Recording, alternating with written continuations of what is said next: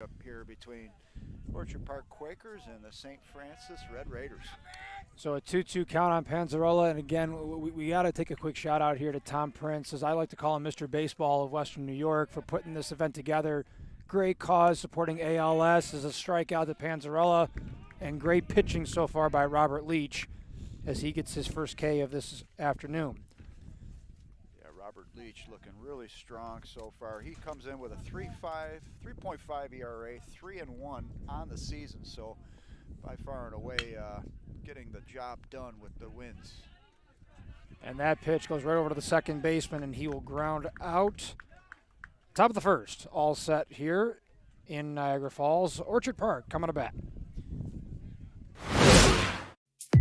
When it's time to sell your home, start with a visit to howardhanna.com, ranked the #1 real estate site for sellers. A few clicks will show you the sales price you can expect for your home. We can get you the most money in the quickest amount of time because we know where the local buyers are and how to reach them. So if it's time to sell your home, visit howardhanna.com today, and we'll match you with a local Howard Hanna agent to sell your home fast. I love being home. If you've been injured in an auto accident, large or small, call 681-4088. RES Physical Medicine and Rehab right away. If you are in pain or just sore, don't take chances. Call RES today and take advantage of their 24 to 48-hour appointment pledge. With no copays, RES will help navigate the confusing world of no-fault insurance with you, so you can concentrate on getting better. 681-4088. RES Physical Medicine and Rehab. The most important call you can make after an auto accident.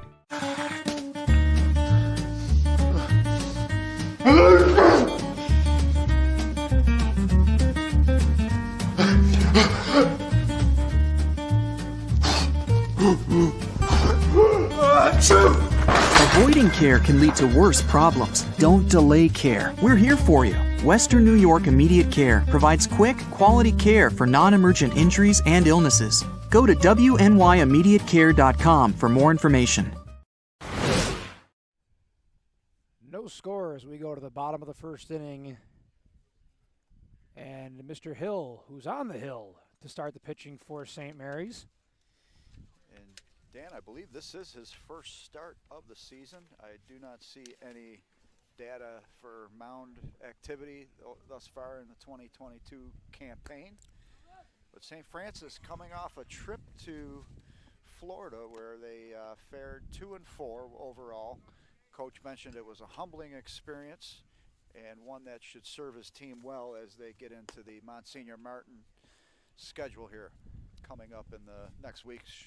But right now, Orchard Park comes in 7-1 overall, 5-0 in league play. St. Francis 2-8, 0-1 in league play. Starting off for Orchard Park will be number 99, the center fielder, Tyler Kelly. Kelly in absolute terror right now for the Quakers.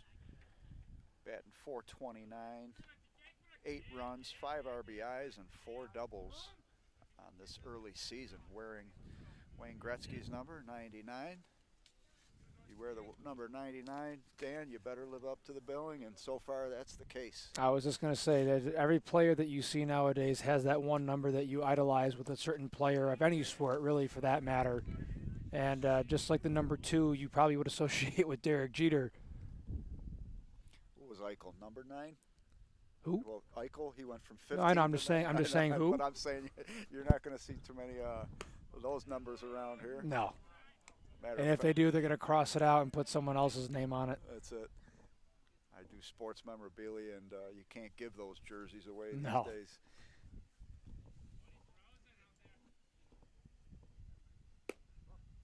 And that pitch outside. So for Hill, he has a tough task today as the Orchard Park Quakers have been strong so far in the 2022 season. And Kelly taking the first walk of the game, getting on base and keeping on that strong stretch that he is currently running. So after a 4-pitch walk, Kelly will reach first. Sean Becker, the right fielder, will come up to the dish. Look at Orchard Park as a whole, the team is batting .295, and Becker is among the leaders as well. He's batting .316. He's got 5 runs, and he also has a triple on the season. First pitch of the at-bat goes up towards the eyeballs and ball 1.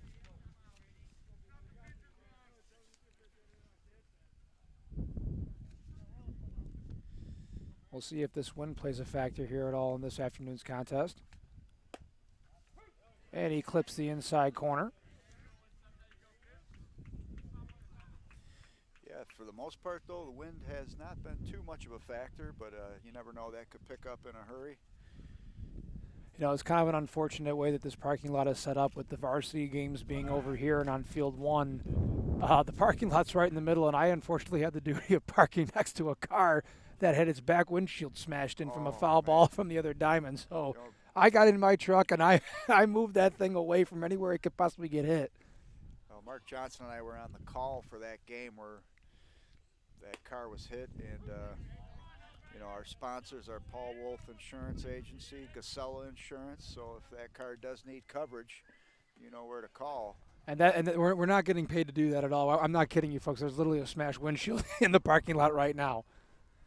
And runner goes from first, popped up to right field.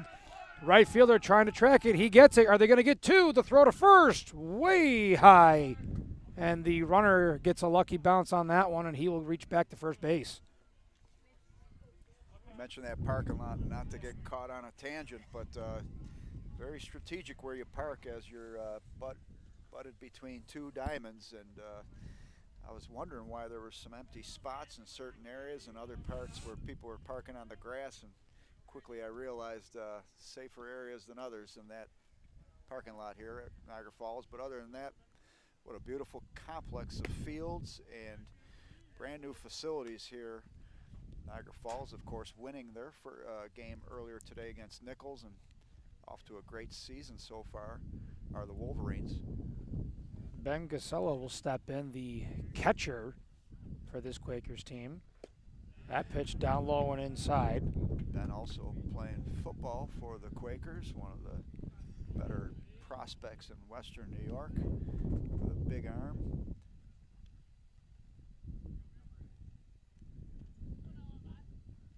Hill finds the sign he likes. He delivers. Runner goes.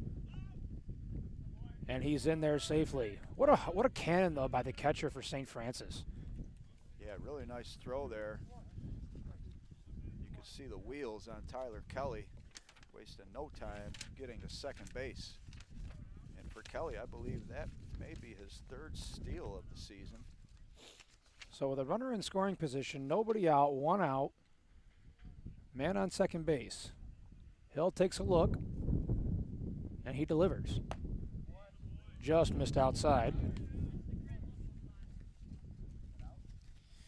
Showing good command, though, so far is Hill.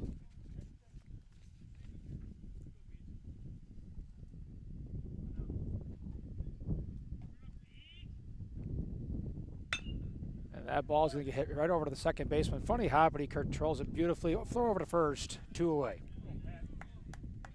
So Pat Evans, the left fielder, will come up to the mound, or beg your pardon, to the plate. Let me tell you something too, and this is coming from someone who's played the game.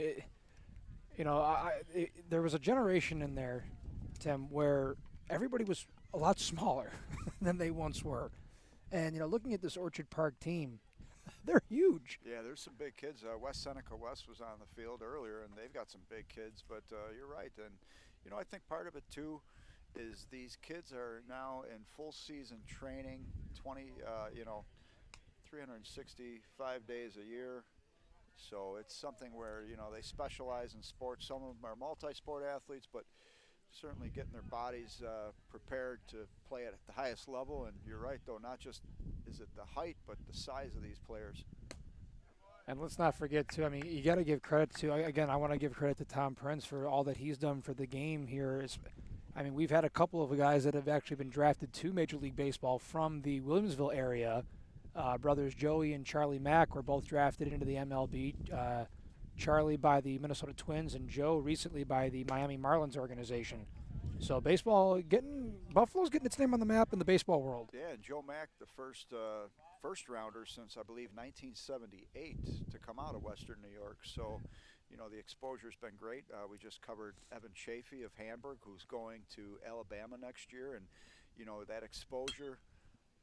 You look at probably a lot of major colleges were in town last year to look at Mac, and as a result, some of these other kids benefit from the presence in Western New York of having some major prospects, and hopefully that momentum just continues to grow.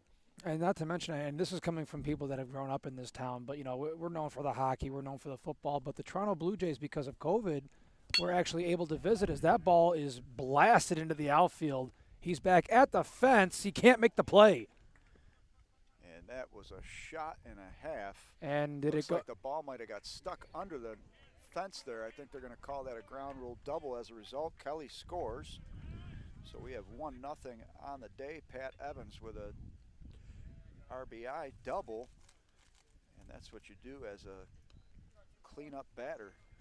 Evans with a huge season so far. That's his 9th RBI of the season coming into today, batting .357, 10 hits.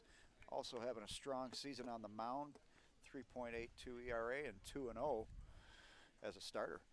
So Scott Hess, the second baseman, will come up, and going back to COVID-19, the Toronto Blue Jays were able to grace us with their presence playing for the Buffalo Bison Stadium, and I'll be honest with you, I didn't realize that this town had such a baseball fan base really, and it was nice to see that stadium being sold out quite often. Big name stars like the Yankees, the Red Sox, just big names coming to town here, and we're known for our food, but to have some of these players come up here, it's kind of a big deal. Dan, that was probably one of the most memorable things of my lifetime for sports in Western New York. I mean, I was able to get to the stadium. I think I went to about 5 of the games, and I caught 2 of a 3-game series. And it occurred to me during that time, I think I caught 2 Texas games, and what it would be like to have a major league team in your backyard. You just follow the team so closely, and of course the Bisons have been one of the best minor league franchises in sports, all of sports, no matter what league or what profession. They've been really the standout. But to have a major league baseball team, I always joke, it'd be a tough trade for the Bills for a major league team, but both those sports would be my top 2 if I could choose. And it's a good thing that I moved my truck, because that one was sliced out of bounds, but it went just left of the foul pole. Scott Hess is showing lots of power as well. Like you mentioned, another big kid for Orchard Park is Hess. Hess coming into the day batting .391, 9 hits, 2 stolen bases, 6 runs, 4 RBIs. Lot of depth here on Orchard Park, and you can see they have numbers just in general on their roster, over 20 deep. You contrast that to St. Mary's, who I just covered. I think they had a total of 12 kids on their roster, but getting the most out of all their talent. They came up short. They lost to Hamburg 8-3, but decent showing overall for both teams. And that ball goes way over the head. 2-2 account here. Dan, the star, Evan Chafee, was the MVP of that game. He had a 2-run homer, hit a triple, pitched 4 innings, 7 strikeouts, got a little bit loose in the 4th inning, walked a few and hit a pitcher, but overall, really strong outing for him. That ball was sliced, but it is a foul ball. Got to give these umpires a lot of credit here when it comes to this, and just for those that may not be able to see the good angle. So anytime that you hit a ball that goes down a line, if it bounces foul before it gets to the bag, it's foul ball. If it hits fair past the bag and then goes foul, it is still a fair ball. So think of the base as kind of that border of between where it makes sense. It's the wall where it must fall. Yeah, there you go. That's a good way of putting it.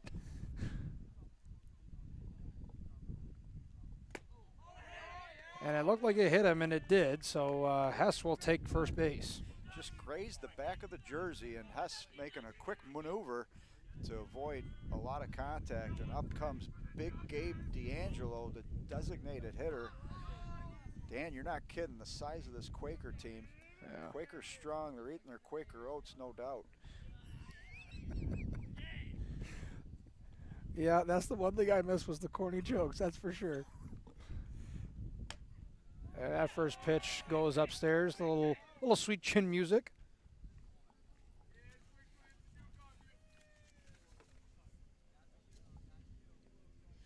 Gabe D'Angelo scoring 7 runs on the season, so another major contributor on this offense. Double steal attempt, here runners go. Throw down to second base, not on point, and as a result, 1 run will score. The throw going to third, but he slides in there safely.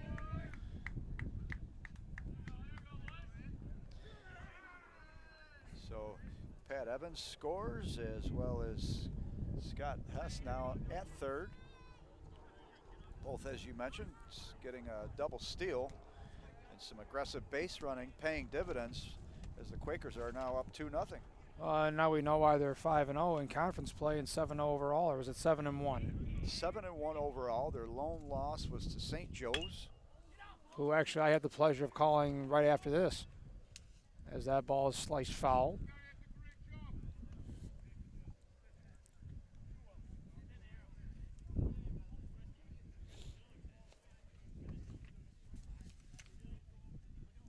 lost to Joe's. That was on April 20th, 5-3. Joe's had a 4-run third inning, really took the control of that game. But other than that, perfect on the season are the Quakers. And that ball is sliced way high. The left fielder settles underneath it, and he'll make the catch. Inning over. Well, Quakers put 2 up on the board as we go to the top of the second. This is WNY Athletics. When it's time to sell your home, start with a visit to howardhanna.com, ranked the #1 real estate site for sellers. A few clicks will show you the sales price you can expect for your home. We can get you the most money in the quickest amount of time because we know where the local buyers are and how to reach them. So if it's time to sell your home, visit howardhanna.com today, and we'll match you with a local Howard Hanna agent to sell your home fast. I love being home.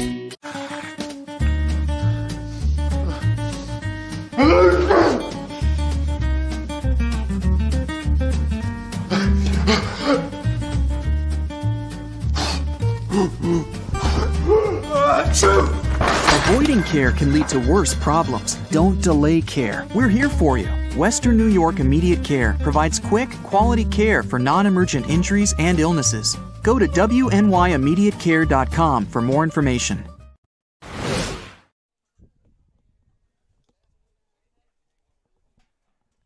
And top of the second we go.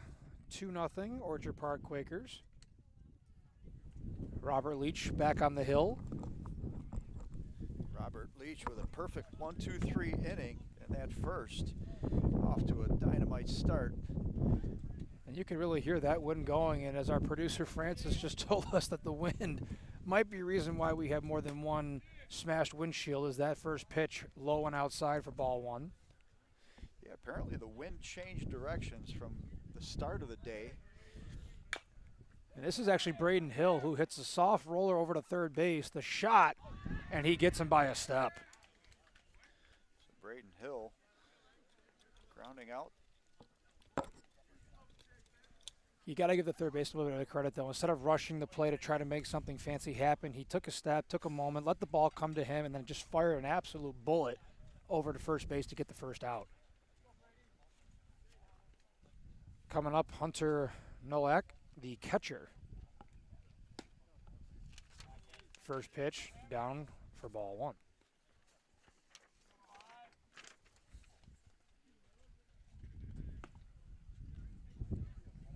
So Nowak had a couple of nice lasers going down to second base, try to get the steals.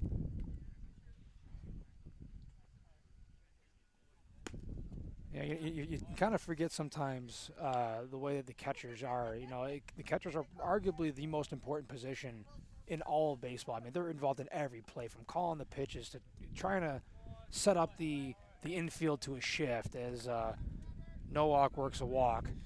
Yeah, you're right up. And catcher is, in terms of most active position outside of the pitcher, they work in tandem. And, you know, not just are they busy working, but they kind of keep a psychiatrist position as well, keeping the temperament of the pitcher in check when need be. And it's a great position if you're someone with good communication skills, can always make a difference on a team. And let me tell you something else about the catchers, but before I do that, this is Jason Schultz, the designated hitter for this afternoon's contest. Catchers are also known to have the most sense of humor as they run down to second base, but it looks like he just beat it in. He got off the bag. No, he's safe. They're calling him safe. I wonder if the shortstop might have dropped the ball. Looked like there was a little bit of a bobbling of the ball, and Yep, he says the ball hit the ground. officials are explaining that right now. But yeah, definitely. At least in my experience, I've got over 10 years of officiating under my belt, and catchers tend to always be the most humorous guys on the team. You know what? They have to keep the the dugout loose. That's the key, and chemistry is huge in baseball, as it is in most sports, and baseball in particular. I think there's a certain camaraderie that takes place, and the catcher, no doubt, is a big anchor of that. So the runner in scoring position as that ball is sliced over our heads, foul, 1-2 count. Officials today, Dan, are Tom Singer and Bob O'Donnell. Doing a fine job so far. Again, they don't get enough credit either, with the job that they have to do. It's very, very tough to be someone in their shoes, and they do it quite well as that ball's sliced over the head of the third baseman, and they're going to hold the runner at third base. And great heads-up base running there by Schultz. If he gets in, does he get in time? No, he's out. So Schultz tried to steal an extra base. He definitely gets credit for the single, but he is caught stealing, trying to gain an extra one over to second base. Yeah, the aggressive play kind of bit him there. And after Robert Leach with a 1-2-3 inning in the first, facing a little bit more difficulty here as he's in the meat of the order. Schultz with a really strong hit there, and up to the bat now is Anthony Snyder, number 16 for the Red Raiders. Snyder batting 353 on the season, 2 home runs. And that one gets sliced right up the middle, and St. Francis will get its first of this afternoon. So a nice single there by Snyder as he gets on base with an RBI, and Nowak comes in to score. Yeah, Snyder with a really strong season, and adding to that now, he has 7 hits on the season as well, and those 2 home runs. Keep an eye on that pop today, especially the way the wind's blowing. Now Aiden Trimper coming up. He is the first baseman. We talked about Orchard Park being such a big team, and give St. Francis to him. Look at these catchers. The catcher and the batter, they easily got to be 6 foot, if not more. Absolutely. Quick note here, pretty cool fact, Niagara Falls is picking up the bill today for the umpires, so greatly appreciated. Niagara Falls really playing a great host today. The weather has been kind. Beautiful complex here too. And certainly looking to keep this tradition going of the baseball. This has been in the works now for 3 years. Of course, COVID stymied that, but great to see the ability to bring tons of fans out. Unofficial fan count today, Dan, is 3,416 in the facility and growing. That's absolutely amazing, and again, what a phenomenal cause this is for support of ALS. And normally, Tim, what I like to say is you like to mention the smell of the freshly cut grass, but unfortunately, these are all turf fields now. So, a bit of a, we're going to call it, what's the word? A new generation of the sport here, where it used to go from grass and dirt, and now everything's turf. The hill and the dish really are the only 2 areas on the field that are actual dirt. But, I like it. Yeah, there's no alternative around here. Unfortunately, we play baseball in the spring, and it's usually a rainy season. April showers come every year, and we've had a rough spring for weather. Of course, snow last week, which I don't know if that catches people by surprise, but certainly wasn't a welcome sight. But these turf fields really helping out as Tipper goes down, and that ends the inning. You're watching live action here on Western New York Athletics. We'll be right back. When it's time to sell your home, start with a visit to howardhanna.com, ranked the #1 real estate site for sellers. A few clicks will show you the sales price you can expect for your home. We can get you the most money in the quickest amount of time because we know where the local buyers are and how to reach them. So if it's time to sell your home, visit howardhanna.com today, and we'll match you with a local Howard Hanna agent to sell your home fast. I love being home.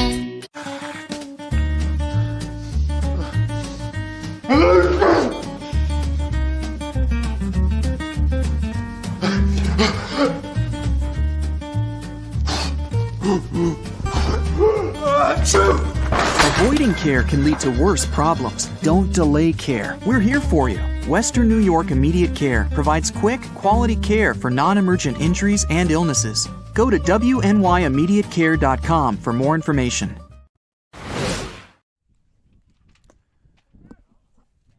Bottom of 2 as we go here at Niagara Falls. St. Francis Orchard Park. 2-1 in favor of the Quakers. 7, 8, 9 coming to bat here. Chris Hollins, Adam Velasquez, and Gasella again. You know, Orchard Park in that ECIC1 conference, and one of the toughest conferences in New York State. Last year, Orchard Park kind of finished in the middle of the pack, 12-10. Will North was 17-6. Lancaster 16-6-1, and I believe they were crowned the champion of the league. And that ball is going to be sliced way foul into the great supporting crowd that we have here today. And for Orchard Park, head coach is Chuck Shen. And they have definitely put the season together so far, and up 2-1 in this contest, and looking to add to that lead here in the bottom of the second.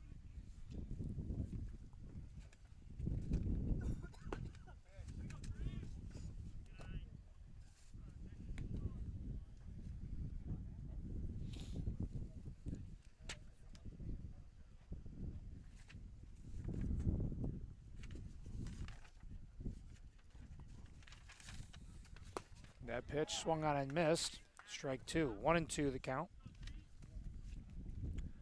Chris Collins, the third baseman.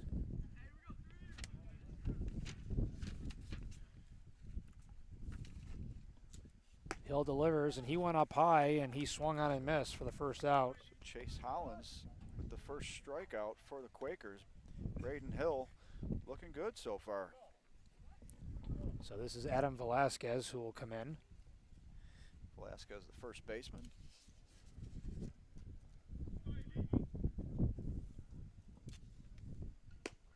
And he takes the first pitch outside, 1-0.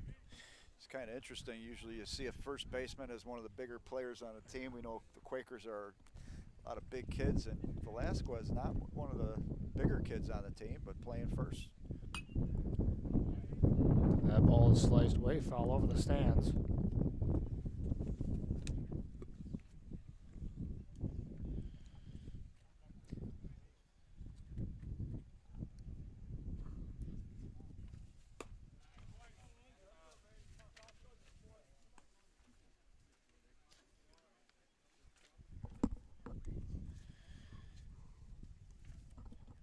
This event benefiting Dennis Crawley and his family with ALS.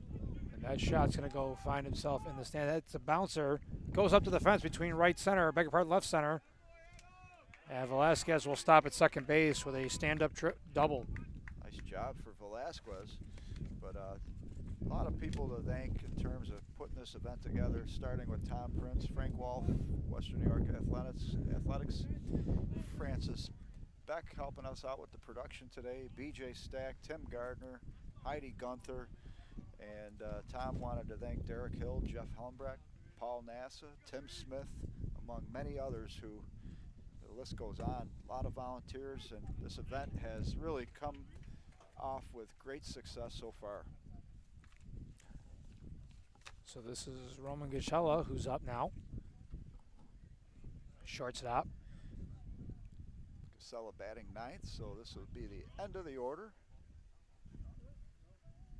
Oh, he called time just in the nick of time there.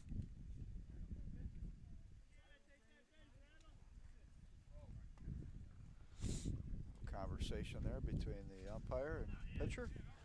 Think about this too, though. This is often a strategy that I've noticed over the years, is that you generally will put your best hitter in terms of ground ball hitter, on the bottom of the lineup. Not because, they may have the lowest average or anything like that, but because think about it. If you got guys that are on the base, but, your 4, 5, 6, and maybe even your 7th hitter, you put your 9th batter as someone who's reliable enough to bring those runs in, so you get to the juicier order coming up right after that in your 1, 2, 3, 4. Great point. And, you can see the strategy's always evolving. Of course, the analytics in baseball has really changed things. In some ways, I think there could be overanalyzation in some sense, but that's a point well taken. Of course, now with the National League no longer hitting, not necessarily an issue for that level, but for high school baseball, of course, though, you see a lot of times your pitchers, some of your better hitters in high school. So interesting, though, to see where they always fall in the lineup for batting. And that's foul tipped. 0-2 the count. Temperature's reaching around 60 unofficially. Still a little windy, but that sun feels great. And listen, folks, for us being in Buffalo, New York, 60 degrees is that's perfect shorts weather around here. And if it's 30 for our producer, Francis Beck, that's perfect shorts weather. Toughest man in the business. I think Francis is the only person that I know is that ball is going to be sliced way foul. Francis is the only one that I know that actually wears shorts when it could be snowing by at least 3 feet. Remember, he and I went to college together at Buffalo State. I'd be sitting in the studio. I'd be going to class. He comes walking in with shorts and a hoodie. Like, are you nuts? He goes, what? He never felt it. That's it. Must have some Scandinavian blood or something in him. Who knows? I always knew he had a little bit of Viking in him. You can't hear him, guys. He has a headset on, but no microphone. But he's dying over here in the corner. As that pitch just misses the outside corner. And Dan, you hit it on the mark, man. That's one of the best things about doing this, having this opportunity to call a game, is you can have some fun. Baseball gives you that opportunity. It's just a pleasure to be back. COVID, of course, put a little bit of a halt to some of the fun for baseball, but back in full swing is it right now. And for Western New York, the month of April is almost past. And there's a reason this game is called America's Greatest Pastime. Some people don't like, they're not baseball fans, and if you're not a fan, that's okay. But there's so much that you have to like about this game too. That's the thing. I don't think people really give it enough credit. No, they don't. I think if you had a major league team in your town, just even going, just the people watching, of being in a stadium, it's just so much fun. The sights, the smells, the sounds. No matter how the game evolves, whether you like the fact that they don't have the pitchers hitting anymore in the National League or using the electronic devices now to call pitches, it's still, the core of the game is still great. Well, and just to think about how much the technology has impacted the officiating. I mean, look at NFL football. They all have microphones now that they can talk to each other instead of having to huddle up and talk about it. The catchers now in Major League Baseball have devices where they will implement a code that goes to the pitcher, and they hear what they're going to call. I mean, that's remarkable. Yeah, and I may not be the biggest fan of it, but it's not going away. It's only going to continue to evolve.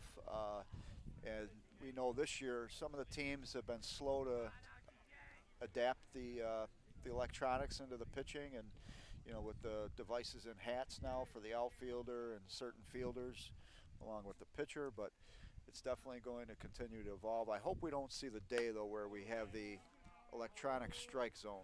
I like the fact that you still want to have some level of subjectivity. It's funny that you brought that up, too, because it's not for every single official, but, I'm going to go ahead and say this. I don't think I'm going to get any backlash for it. When you got an official such as Angel Hernandez, who completely botches a strike zone every single game, it makes it very, very difficult to not have that. So, but then, you have others that, it works out in their favor beautifully. So you don't have to worry about it. But, you got to be able to call the game fairly. And when you have an official like that who just doesn't do that, it does make it very difficult to not want to bring that type of technology into the game. My counterpoint to that is there's fun in you having that beef, that argument, and if you go electronic, that argument goes out the window.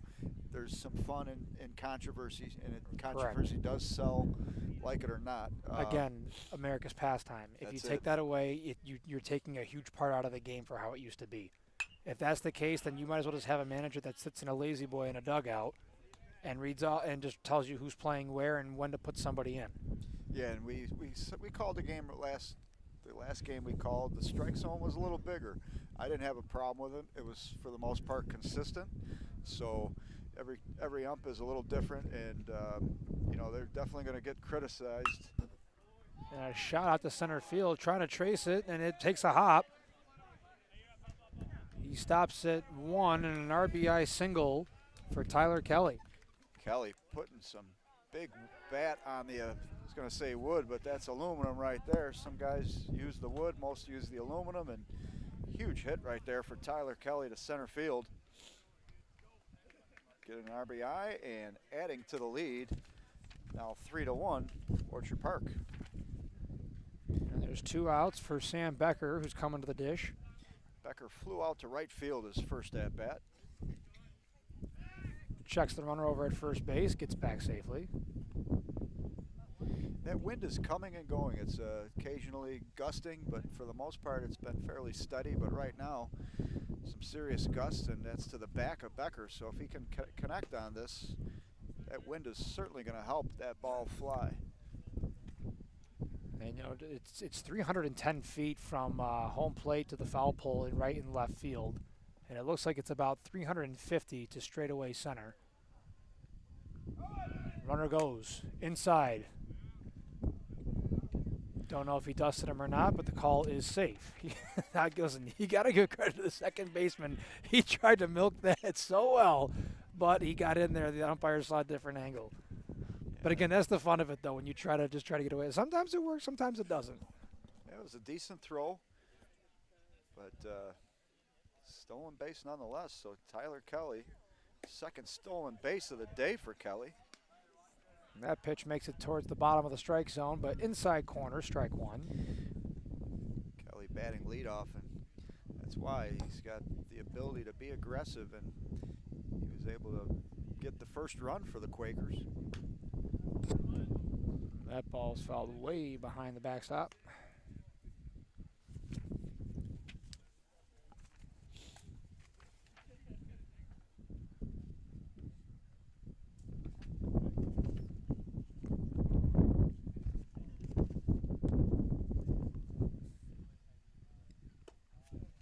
Just missing the inside corner.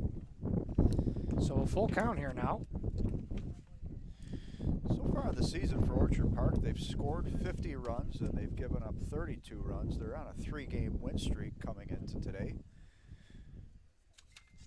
And playing some good baseball this afternoon.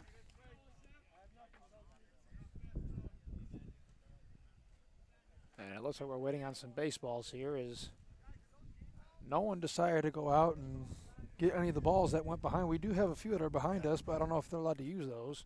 It's interesting. They had the same dilemma in the previous game between St. Mary's and Hamburg.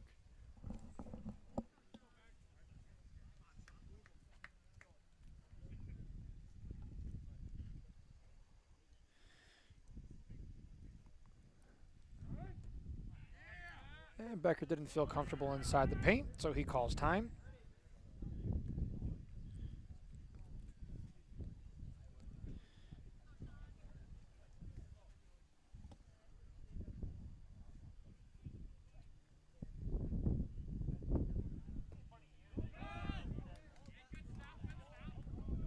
So ball 4, and Becker thought about it, but it'll be a stolen base for Kelly as he goes to third base, and a base on balls for Becker. So now Ben Casella will come up. He grounded out to second his last at-bat. Yeah, and you can see Braden Hill having a little bit of difficulty here in the bottom of the second. Orchard Park up 3-1 and threatening for more.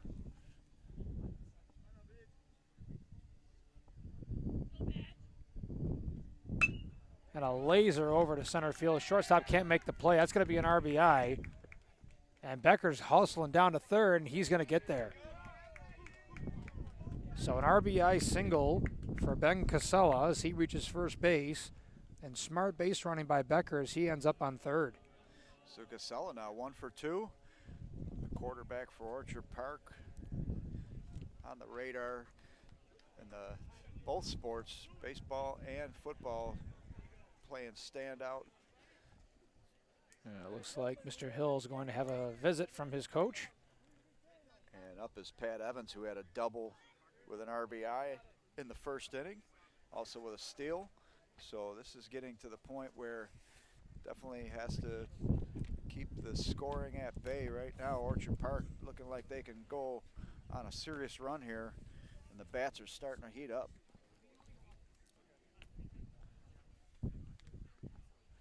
This will be the 7th batter to take the mound. We are actually going to take a quick break as well, as long as they're on the break and on the mound.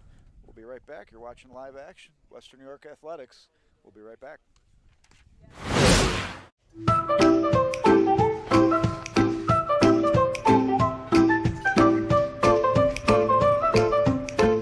Even the most prepared moms experience the unexpected.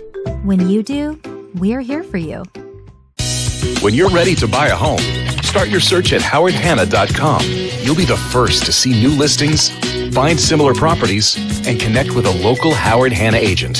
Get started today at howardhanna.com. Welcome back, and after a quick mound visit, and papers are going flying everywhere here as the wind's starting to pick up. Pat Evans coming up to the dish as he takes the first pitch outside, ball 1.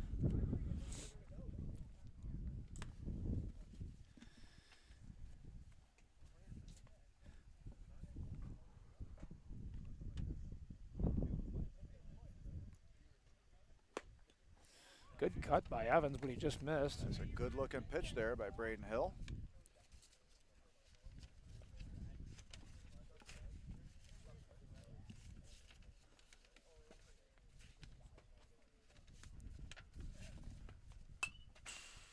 And that ball hits against the cage behind us here.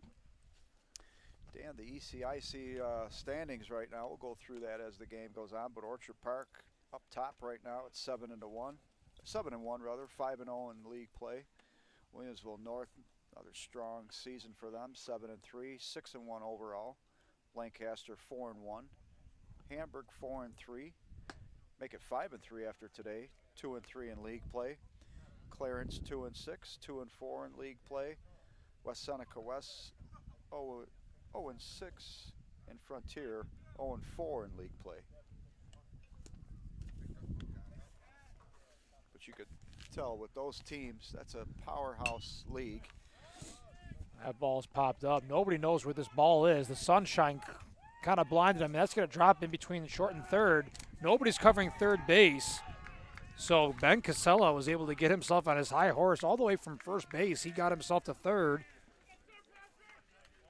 As they're going to give, it's another RBI given out, and I'm not sure, Tim. How would you score that? Would you score that an E, or would you score that? I have to go E just because those players were all within reach of catching that ball. But I don't know. The sun seems to be playing a factor today. But, we'll give that an E6. That was shortstop's ball any other time, and as a result, Evans ended up on second base. So up is Scott Hess, who was hit by a pitch, grazed the back of his jersey last inning. He had a stolen base on top of that once he reached. And that first pitch is down low. But you know, we talked about it before the game, Dan. I could call it reached on error. The officials may call that a hit. Whether it's a hit or an error, a run scores, and it's now 4-1 Orchard Park here in the bottom of the second still. Well, you got to figure, what's the definition of a routine play?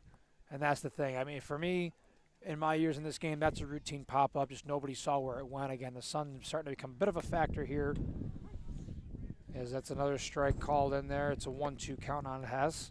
Hill just trying to get himself and his team off the field to get their bats going.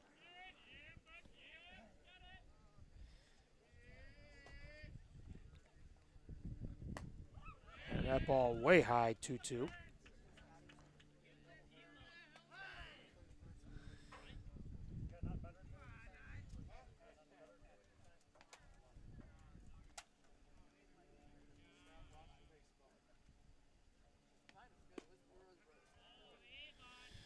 And Hess with a good eye went from 0-2 to full count.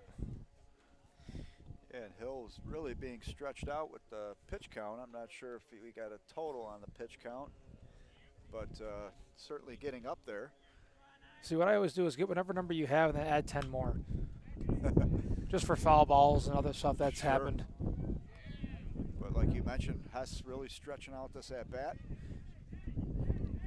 Right around 55, the unofficial pitch count for Braden Hill right now.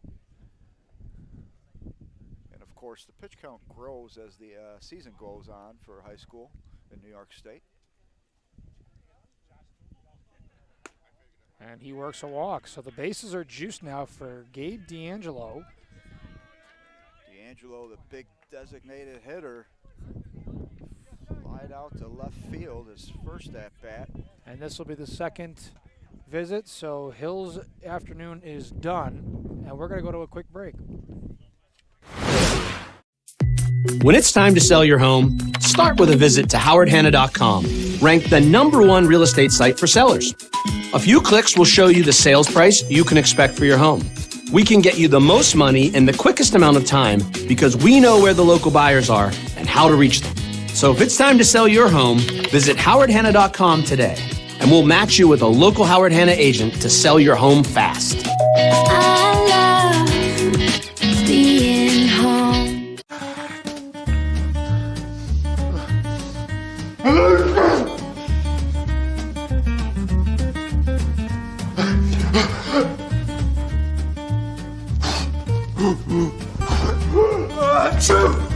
Avoiding care can lead to worse problems. Don't delay care. We're here for you. Western New York Immediate Care provides quick, quality care for non-emergent injuries and illnesses. Go to WNYImmediatecare.com for more information. Welcome back, folks. And we had a pitching change in here as Hill's afternoon is completed. So coming onto the hill, warming up currently is number 9, Ryan Hilton. Hilton, the junior, looking to, I beg your pardon, he's the, junior. He'll be looking to graduate in 2023. And Hill is a lefty, also plays outfield and first base. And Braden Hill, we knew he was going to have his work cut out for him coming into today against this potent Orchard Park team. And looked good at moments, and the inning got away from him a little bit there, Dan. Yeah, Dave, but you know what, again, it happens to the best of these guys, going through. It's nothing to ever be, and again, this is, games that are being played today, they're for a noble cause, so, not something to be concerned with at all. But, yeah, that's part of the high school experience, so it's working out. It's all mechanics. That's all it is. Ooh, and while warming up here, we got a nice curveball. I'm getting a massage here from somebody. I'm not sure who. Oh, it's Frankie. Frank Wolf, big part of this day, along with Tom Prince, and helping us put this together on Western New York Athletics. With his snacks and water, like he always has. Well, the other option for everyone here is plethora of food trucks. We have barbecue, pizza, you name it. And we also have a ton of great raffle baskets, some Major League signed memorabilia.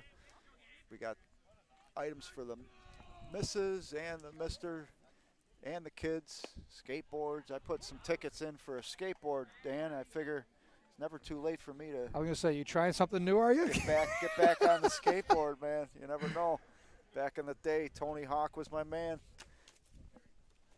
And that first pitch with a lovely curveball that just sunk right in there, and he threw another one. Yeah, a lot of movement on that pitch right now. Ryan Hilton, the junior, looking strong so far on the mound.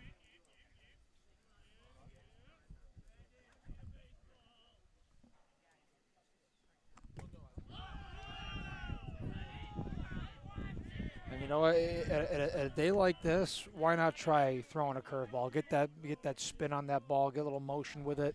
That one got away from him a little bit, but I agree with you. You got to try to utilize your arsenal, and he certainly has favored that curve early on. And that one did clip the inside corner. So we're working on a 2-2 count here. This is the bottom of the second inning, 4-1. I beg your pardon, 5-1 in favor of the Quakers.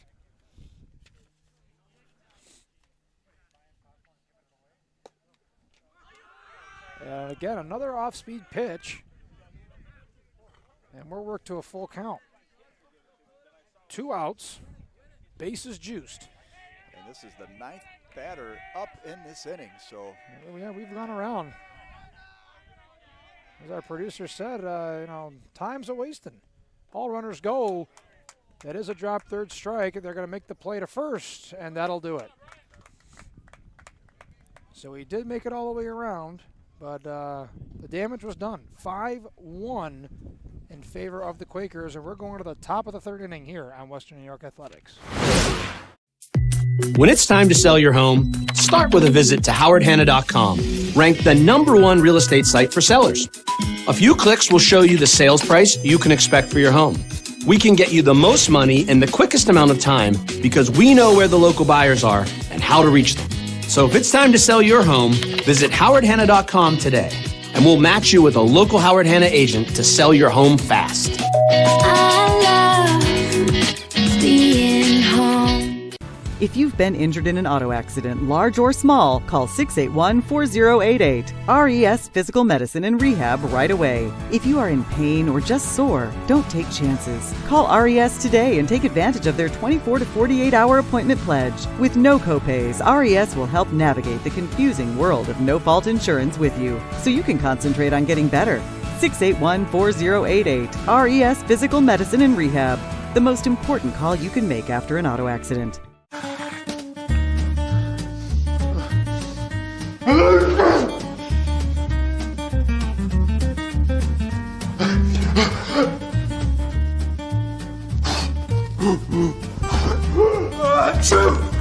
Avoiding care can lead to worse problems. Don't delay care. We're here for you. Western New York Immediate Care provides quick, quality care for non-emergent injuries and illnesses. Go to WNYImmediatecare.com for more information. Top of the third inning, first pitch to Nick Bianco. That goes outside. So we're at 9-1-2 here to start the top of the third. Only run, Hunter Nowak. And for Bianco, this is his first at-bat of the day. Batting 9th. That ball's popped up. It's in foul territory, settling under it, but it's not going to go just a bit out of play.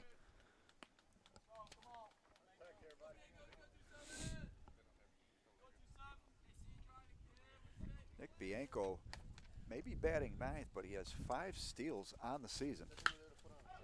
And there's a shot. That's a nice single.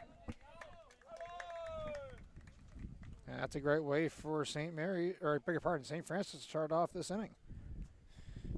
Indeed, and right now, Robert Leach has pitched some strong ball, and we'll see if St. Francis can string together a couple consecutive hits and try to muscle their way back into this game. So Cal Banks coming up. He grounded out to shortstop his last at-bat.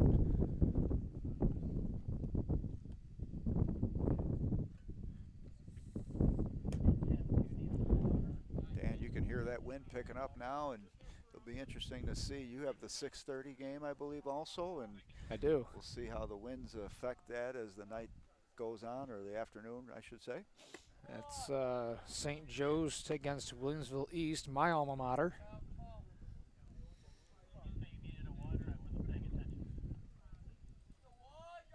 It's an end of an era there for sure, as Coach Jerry Gauze is officially retired. How was your team's record when you played, Dan? Not a clue. No. I would have figured, I would have penciled No, you in as the starter. No. No, I went to East, but I never played on the team there. And some guys that I know that played on the team, and even guys that, I was an assistant coach for Williamsville South for a little while there, doing an internship on a coaching minor that I have. And I'll tell you what, there's some good kids on that Will East team, but for lack of better terms, let's just say that they didn't always agree with the coaching style. Let's just put it that way. And we saw that firsthand, and you know, you folks can take that however you'd like, but I've heard a lot of stories. Meanwhile, a good set of eyes on Cal Banks as he takes the walk. So we now have runners on first and second, no outs. Up is Joe Panzarella. He struck out his first at-bat. Big swing there as he's just trying to get some runners back in. And, you know, Tim, a lot of people don't know about a hidden rule that is currently in effect right now. I wouldn't necessarily call it a hidden rule, but it's one of those rules that, you know, if it happens, you don't quite understand what it is. And I'm going to wait and see if it actually does happen. That's a shot to deep left right field. Runners going back at the track, and that ball is over the fence, and that is a ground rule double. Yeah, they're calling it a home run. No, they're calling it a home run. I thought they said a double.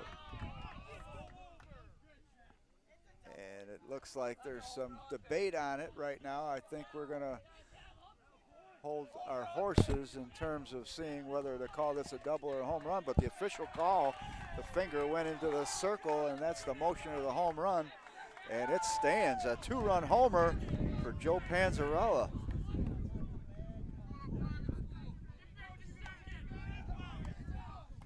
So just like that, Dan, we've got a ball game.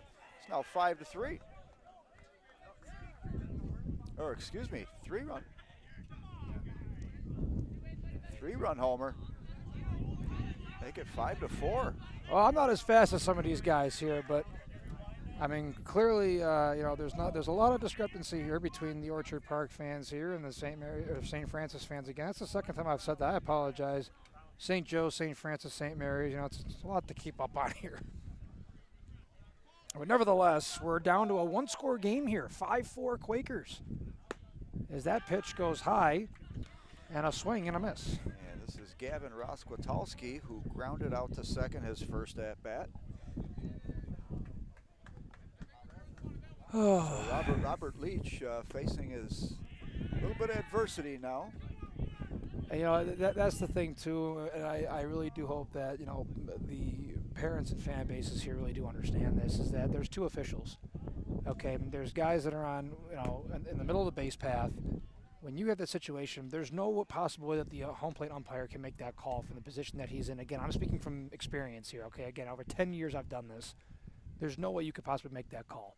Well, Dan, okay. To your point, I believe, you know, of course the manager has to make a little bit of a stink about it to show his team that he's got his back. But overall, the parents showing a lot of class. Both these teams are classy organizations, and I think they understand that, like you mentioned, this is an event today.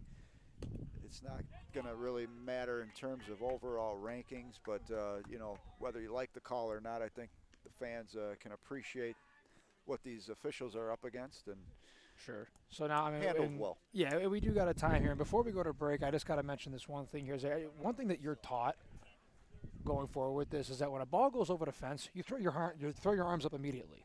That gives the official that's not out there a chance to really understand, okay, this is what happened. I mean, we saw a bounce from our angle here. Now, we have no business making that call. We're not out there. But from our distance, I thought I saw a bounce. Now, is that bounce inside the fence or outside the fence? We're not sure. But we're not going to go to break. We're going to stay right here because the meeting's over. But, you know, and again, when you got guys around the base path and you got an official that's over here between second and third at the shortstop area, how is he going to make that call? Yeah, and you mentioned from our vantage point, you can't. You tough. cannot. And you know, the sun definitely plays a factor as well. We could see that there are some players that dropped the ball because of the sun, and sometimes that plays a factor with your depth perception. So Ryan Hilton shows bunt as he went in for Braden Hill. And I think in our position, we always have to keep in mind the difficult approach to umpiring. There's, first of all, not a lot of... And that bunt went up in the air. He couldn't get it down, and that's going to be a pop-up to the third baseman, and that's going to be the first out of the inning. Bunted to the third baseman, catches it easily, but back to the point about the officials, no matter what sport, there's a shortage, and you could see, you know, the difficult task that these officials have And for the most part, they are trying to do their best job, and today they've been on point from all accounts. Up to bat here, Hunter Nowak walked his first at-bat with a stolen base as well. So a strong start to the day for Hunter Nowak. Couldn't have said it better myself, and that's one thing that folks got to understand. Is you don't got to like the call, but it's high school level. Let's simmer down a little bit here. And that takes a funny hop off the shortstop. Everybody's safe. Batters on first and second. So St. Francis really stringing together an inning here. We mentioned their record earlier, just 2-8. They went 2-4 in their trip to Florida. They've had some difficulty with their schedule, being tough, but this is not a team that the record indicates how strong they can be. And right now they're showing a lot of grit and making a nice comeback here in the third. And that ball goes up and out of play. But you have to figure too, Dan, when you take a trip to Florida, you play some of those teams from Tampa. As Coach mentioned earlier to me, a lot of those teams already had 15 games under their belt. Well, I was going to say, you figure you're playing in Florida, and although, yes, that is considered a spring, maybe a fall sport, the weather down there is like 70s, 80s all year round. So, you got to wonder if, maybe they start in February as opposed to some teams starting here in April or May. Yeah, and Coach Paul Bartel for St. Francis, he's in his 22nd year.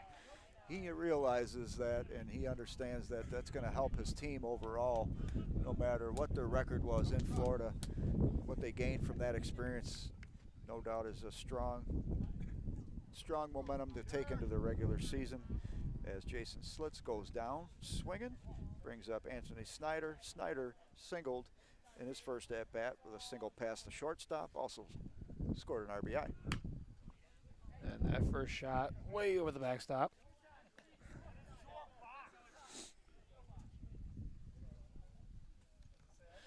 Look at St. Francis, though, school founded in 1927. The amount of Catholic schools that were participating in sports in the early 1900s in the Western New York area pretty much triples the number today. And St. Francis has been one of the staples for the Catholic schools in the Monsignor Martin League here.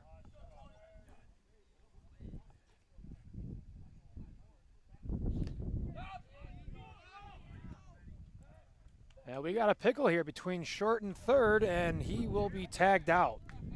So the base runner caught sleeping there. That's a huge, huge opportunity there. It puts an end to a big inning for St. Francis. We're watching the day of baseball here at Niagara Falls High School Stadium Complex, and this is all brought to you by Western New York Athletics. We'll be right back.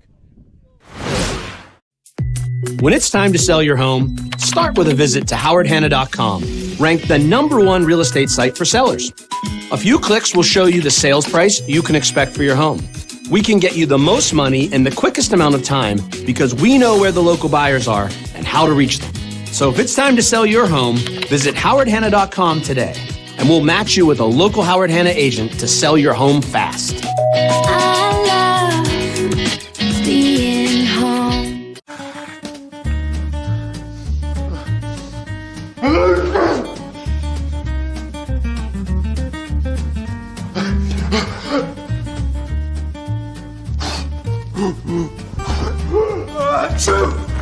Avoiding care can lead to worse problems. Don't delay care. We're here for you. Western New York Immediate Care provides quick, quality care for non-emergent injuries and illnesses. Go to WNYImmediatecare.com for more information.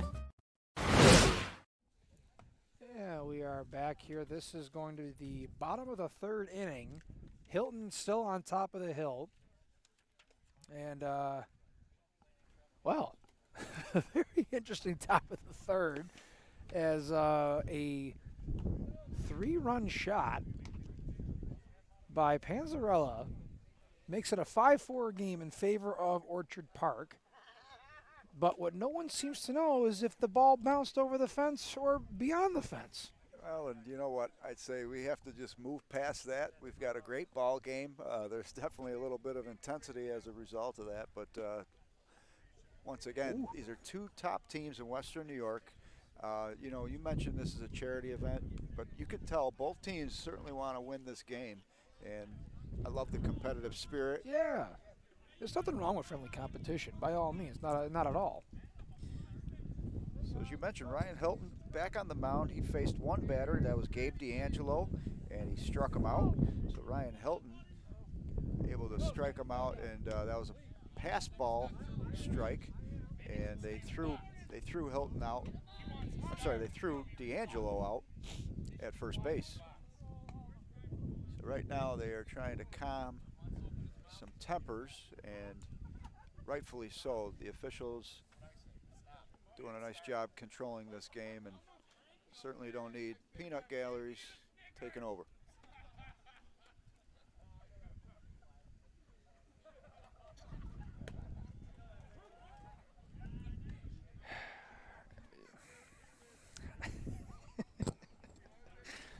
You know, I got nothing. I actually got nothing.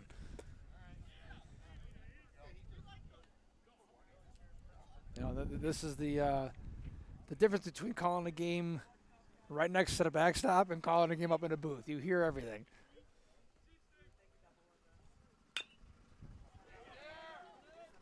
A slow roller going to the bag. First baseman takes it himself. And that'll be the first out of the inning as Collins will line out to the first baseman. So Adam Velasquez comes up. He doubled his last at-bat. Yeah, Velasquez, really a nice double and put some good contact on the ball. Looking to see if he can continue the streak of hitting, making it 2 for 2 today.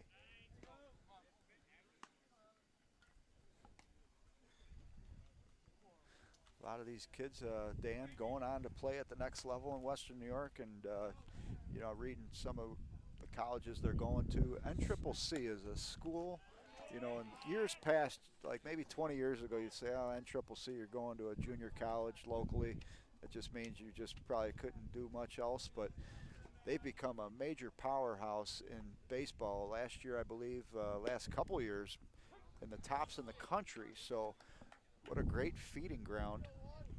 And how about Niagara?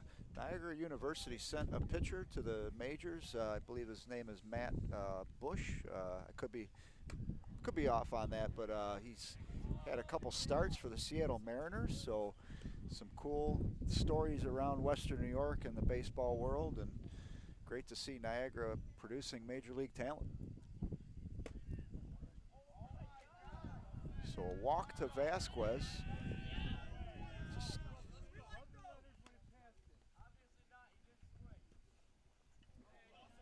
And that brings back up Roman Gasella, the shortstop, who struck out his first at-bat.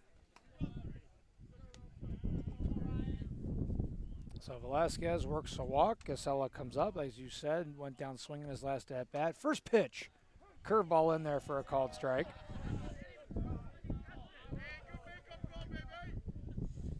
You mentioned Joe Mack and his brother being selected in the majors from Western New York. You know, the highest ever since Matt Winters, Will South, 1978. Winters went 24th overall. So really cool story. Final pick in the first round for the Miami Marlins last year, and you know, he's still in the developmental stages of his playing in the minor leagues for their system, but hopefully one day he'll make it up to the big leagues.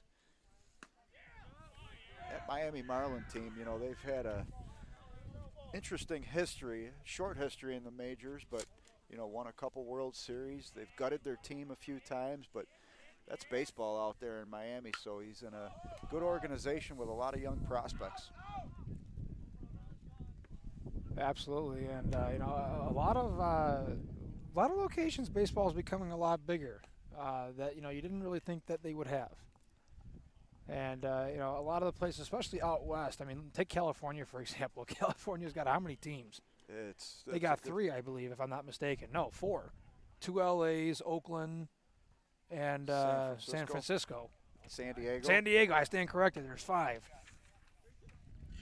Yeah, well, they were the first to move out west. They brought out, of course, the Dodgers and the Giants, and you know, a lot of Dodger fans are still, well, maybe not a lot, but the few remaining Brooklyn Dodger fans still heartbroken over that. But interesting history on how baseball was able to stretch out west, and it's grown now to a huge international game as Casella strikes out again. That brings back to the top of the order with Tyler Kelly. And I've always laughed, especially as an official, is that any time that you get a call that you don't like, it's always looking back at your coach because you didn't like the call. But the fact of the matter is, it was a strike. Just go back to the bench. Well, I love it in the majors. They always seem to stare down the pitcher, it seems, as well. Like you just lost the Oh, and a nice move there, and the first baseman couldn't catch it, so a stolen base to second. Velasquez goes to third, standing up. And the pickoff move did not go as they thought, so Velasquez ends up on third base. Yeah, you could see Ryan Hilton just shrugging the shoulders there, and he's going to move on. And you know, as a pitcher, mental toughness has got to be the key, and Hilton showing some good toughness on the mound today in relief of Braden Hill.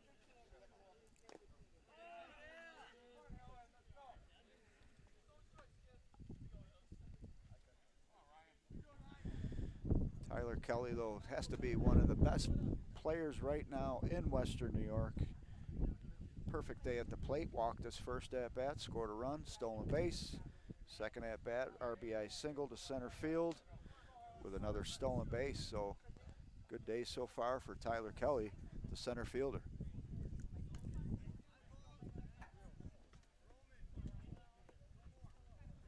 And there's a 3-0 count here to Kelly.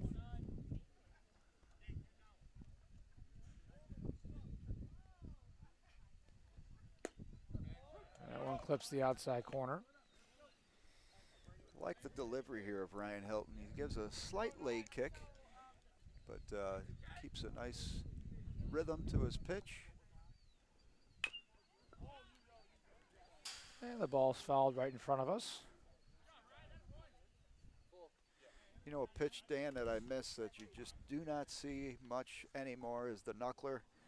If you want to make money in starting a pitching school, teach the knuckler. I don't know whether or not it's possible, but you know, Tim Wakefield may be one of the last few to trying to think. There was probably one or two other guys since him, but it's a pitch that no doubt is fun to watch. Yeah. Especially if you're able to put a knuckle curve on that thing too. But not too many guys able to execute that pitch anymore.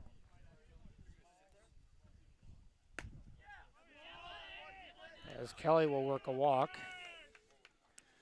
So Hilton, 2 walks so far this inning. As I talked about his mental toughness, he does need to bear down now as he's starting to lose a little bit of control on the mound. So Sean Becker coming up. He is 0 for 1 on the day with a base on balls. First pitch of the at-bat, high, ball 1. And Becker, that first inning, flew out to right field. But batting second and having a lot of pop and having a good season so far is Becker.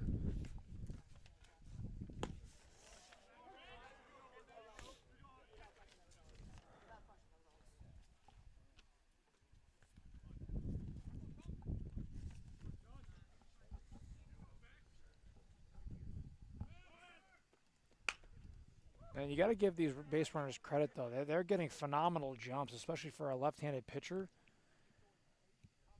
Yeah, Tyler Kelly right there was ready to hit the Jets full steam and easy way to second if Becker doesn't make contact on that.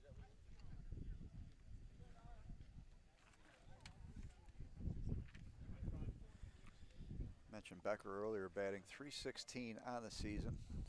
Dan, I know they've made a trend to switch to on-base plus slugging as the major indicator. I still am old school. I still like the traditional batting average, but I do understand the analytics and such that your on-base plus slugging is the prime indicator, I guess, at this point. with the way we evaluate talent. Well, I mean, you have to. That's a prime example. And he got him.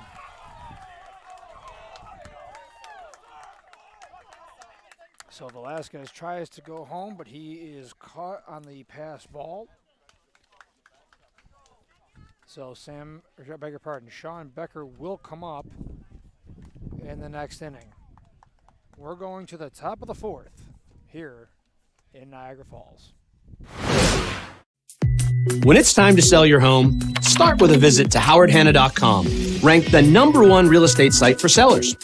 A few clicks will show you the sales price you can expect for your home. We can get you the most money in the quickest amount of time because we know where the local buyers are and how to reach them.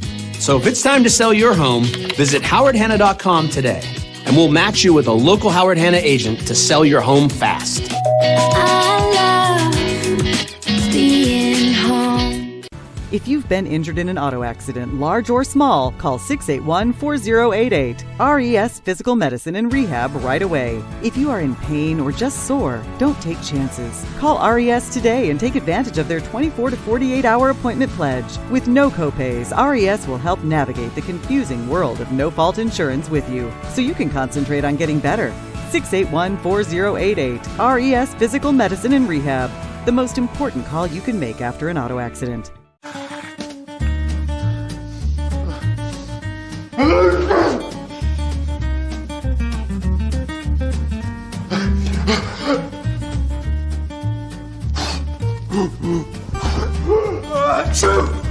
Avoiding care can lead to worse problems. Don't delay care. We're here for you. Western New York Immediate Care provides quick, quality care for non-emergent injuries and illnesses. Go to WNYImmediatecare.com for more information.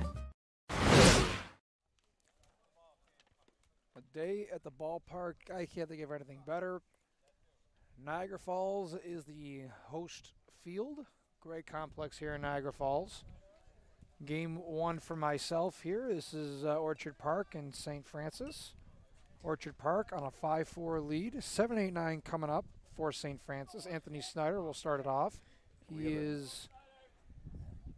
Looks like he is 1 for 1 with a 2 plate appearances. He walked his last at bat.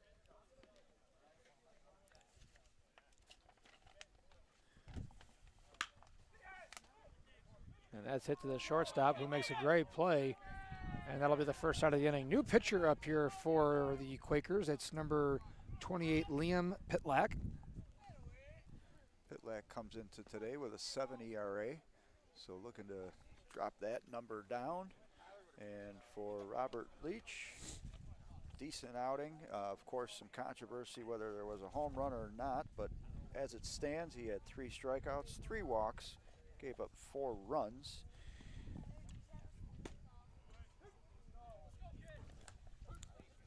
First pitch to Aiden Trimper is called in the first strike. He struck out his last at-bat. Throwing some major heat. Trimper, a big kid at the plate. You could see if he can get around on a pitch, could be good night Irene. And there it is.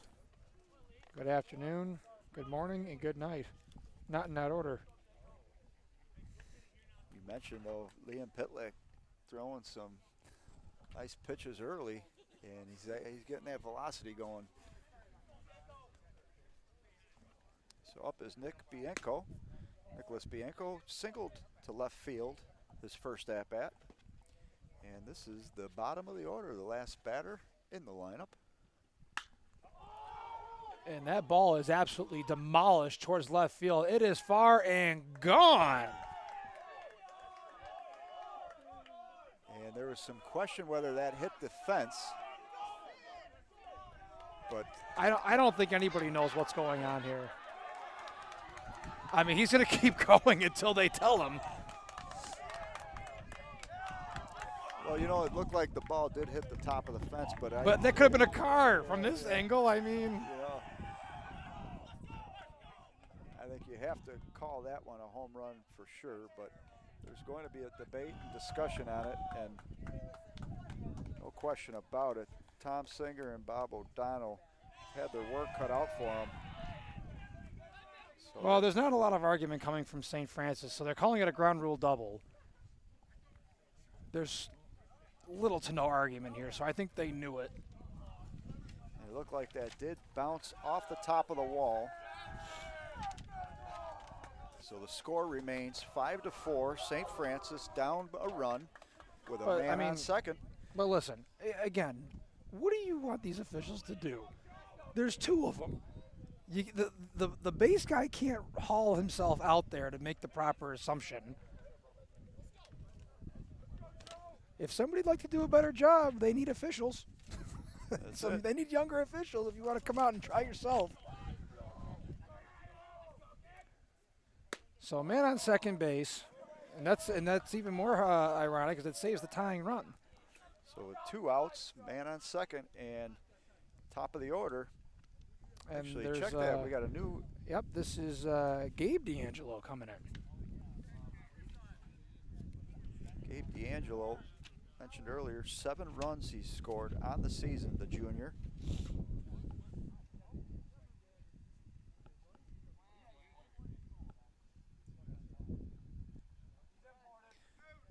Still a little bit of discussion between the manager for Orchard Park and the official.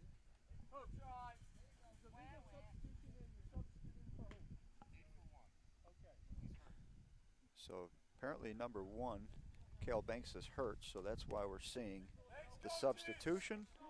So Cale Banks is out. In is Gabe D'Angelo. Actually, it's not Gabe D'Angelo. I was looking at the wrong lineup. This is, let me see my sheet here. This is Joe Blackwell. Beg your pardon. That makes 2 of us fooled on that.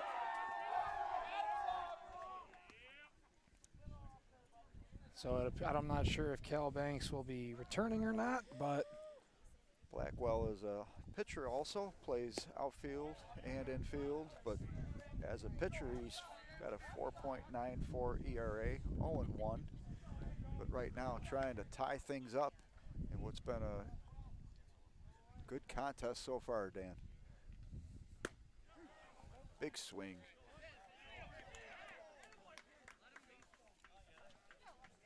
That'll do it as Joe Blackwell strikes out to end the inning. Still 5-4. You're watching day of baseball here, an extravaganza of baseball at Niagara Falls High School Complex here on Western New York Athletics. We'll be right back. When it's time to sell your home, start with a visit to howardhanna.com, ranked the #1 real estate site for sellers. A few clicks will show you the sales price you can expect for your home. We can get you the most money in the quickest amount of time because we know where the local buyers are and how to reach them.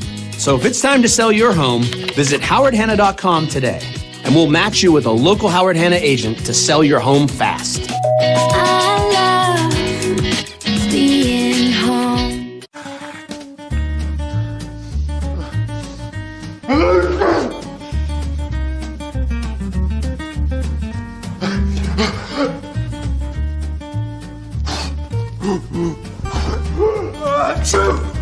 Avoiding care can lead to worse problems. Don't delay care. We're here for you. Western New York Immediate Care provides quick, quality care for non-emergent injuries and illnesses. Go to WNYImmediatecare.com for more information.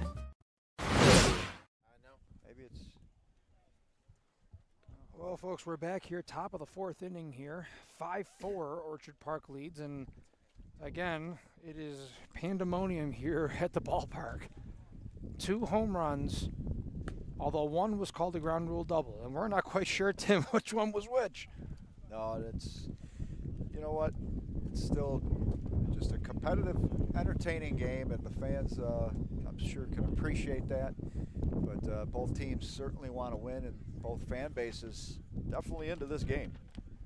So Sean Becker coming back up here is the last at bat was Aiden Velasquez, who got caught stealing home, so he will get a new count. And Hilton with the pitch.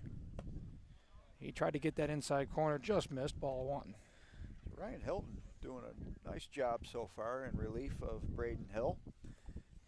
He's now in his 3rd inning of work.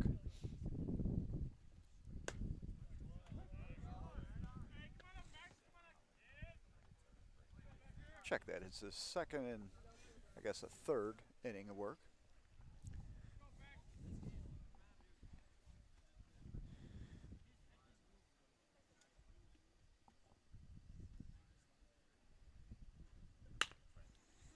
That's a chopper over to shortstop. Easy pickings there, and he'll make the throw to first for the first out. So Sean Becker still looking for his first hit of the game. He did reach up by base in the second.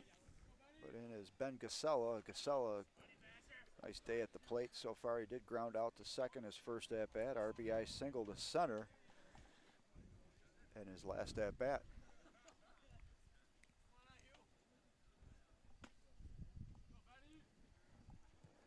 First pitch goes inside, but not on the corner, so ball one.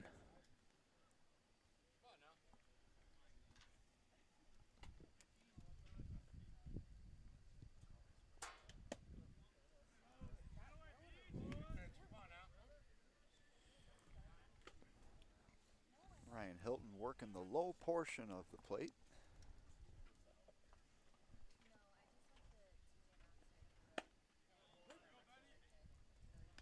That one goes for him. Strike there.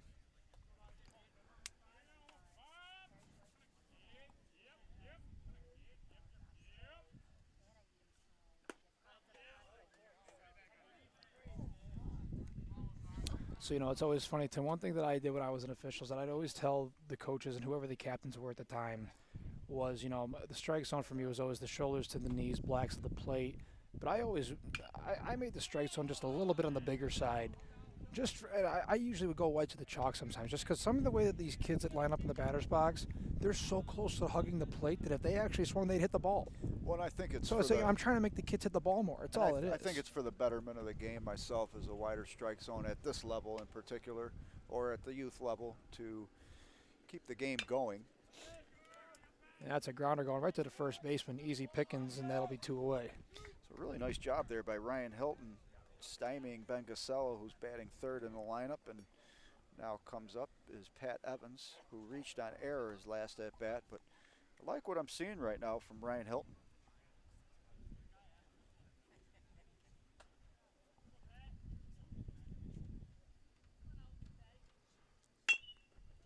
That's a chopper, goes over the pitcher's head, knocked down by the second baseman, throw to first, and that'll end the inning. Nice 1-2-3 inning there for Ryan Hilton as he gives the fist pump to end the inning. And we'll be right back watching live action here on Western New York Athletics.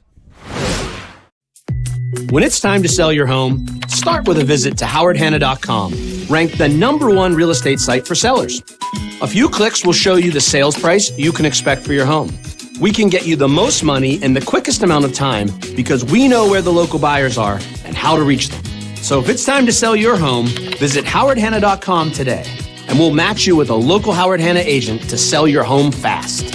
I love being home.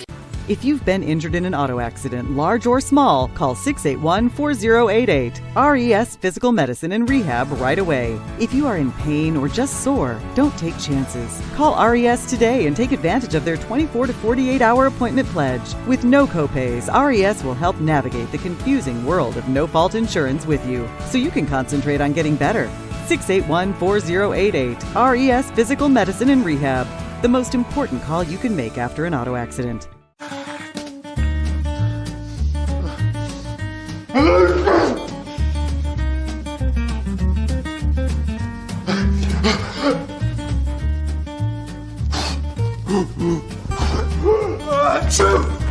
Avoiding care can lead to worse problems. Don't delay care. We're here for you. Western New York Immediate Care provides quick, quality care for non-emergent injuries and illnesses. Go to WNYImmediatecare.com for more information. And we are going to the top of the 5th inning here. 5-4, Quakers still lead. And this is Joe Panzarella up at bat. His last at bat was the controversial home run that we're not quite sure if it was a double or not, but they gave him the home run as that first pitch goes high for ball one. And Liam Pitlick throwing heat once again to start the inning. He's not wasting any time. He's going 1, 2, 3 here. Love it. Love it when a pitcher is in good rhythm and wasting no time on the mound. And that takes a funny hop off the top of the hill. Shortstop fields it. Clean throw for the first out. Nice job by the shortstop there, making a tough play. And that was Roman Casella playing short. And Gavin wrote to Wiskalski. I apologize if I butchered that name by any means. That first pitch down low, ball 1. Gavin walked his last at bat, grounded out to second in the first inning. So still looking for his first hit of the game. That one goes off the top of the umpire's helmet, unfazed. Listen, I'll tell you what, that's happened to me. It is not comfortable. You don't see it coming, but then you wonder what that would have been like for back in the day for the officials that never wore it back in the early teens and 20s. Oh. Great point.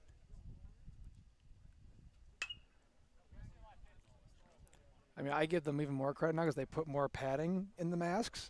Whereas, like, when I did it, it was just that, it's that hard, rubbery stuff. And that's why it stung you. It was like, ooh. And they put that nice soft cushioning in there. Tried to work his curveball again, but that went off the plate, so 2-1. And these pitchers, both of them, are really in a position where they can help their team win this game as we're ending into the back stretch. That's a line drive caught right by the second baseman for the second out. And both pitchers between Pitlick and Ryan Hilton allowing some good infield hitting that's being taken care of by solid fielding, and it's what you love to see is the 1, 2, 3 innings. And we got another substitution here as this is Brendan DeCat coming in. DeCat fouls that first pitch off. DeCat, big at bat, just 3 at bats on the season, but 2 hits, 2 runs, 667 average if you're rounding it up.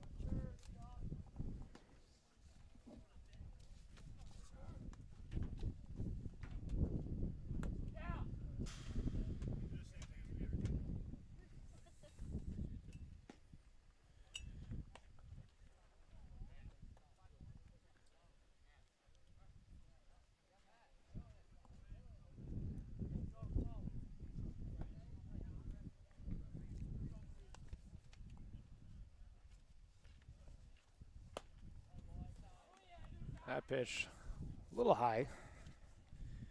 Yeah, you can see the velocities up there for Liam Pitlick, but definitely looking to get that under control there. So it looks like DeCat might actually make his appearance on the mound next inning. He plays a little bit of everything. Plays a little bit of second base, outfield, pitcher.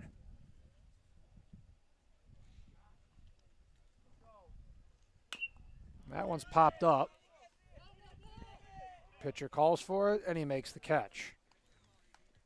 That'll be the 3rd out of the inning, and we're going to the bottom of the 5th here in Niagara Falls. When it's time to sell your home, start with a visit to howardhanna.com, ranked the #1 real estate site for sellers. A few clicks will show you the sales price you can expect for your home. We can get you the most money in the quickest amount of time because we know where the local buyers are and how to reach them.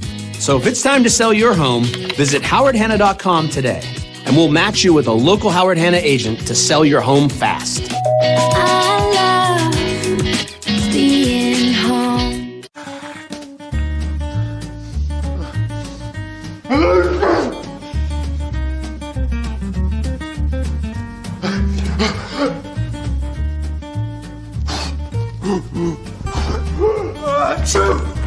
Avoiding care can lead to worse problems. Don't delay care. We're here for you. Western New York Immediate Care provides quick, quality care for non-emergent injuries and illnesses. Go to WNYImmediatecare.com for more information. fifth inning, and a new pitcher out for St. Mary's. St. Francis, brother. Did I really say St. Mary's again? That has got to be the fourth time. I apologize, I folks. shouldn't be interrupting you. No, you have to, because I've said it wrong again. I mean, this is the third time. I've got sheets in front of me that all say Francis, and I keep saying St. Mary's. Oh, this is not my hockey days, Francis. I don't know what's going on. But it looks like this is going to be Matt Hilton who will get the call for the Hilt. And Matt Hilton with a 3.82 ERA on the year. And just to give you a little reassurance, you're doing a great job, Dan, and much better than I could do. It takes a gift to be able to do a play-by-play man. That or just a drunken mistake. Well, you never know. There's a lot of saints in Niagara Falls today. St. Francis, St. Joe's, St. Mary's. And we hope that this tradition continues. What a great start, though, to this event. And great participation, both by the teams and the fans, coming out strong in big numbers. So up to bat is Hess for Orchard Park. Hess with a walk, his last at-bat, hit by a pitch, his first at-bat, so reaching base safely in both at-bats.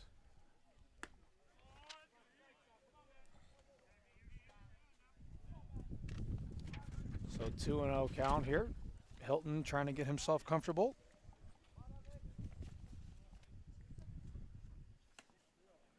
And the count goes to 3-0. Not quite sure, Dan, if there's a relation. Ryan Hilton, of course, took the mound and did a nice job with a 1-2-3 inning for St. Francis that last inning. And Matt Hilton looking to hopefully continue on that trend.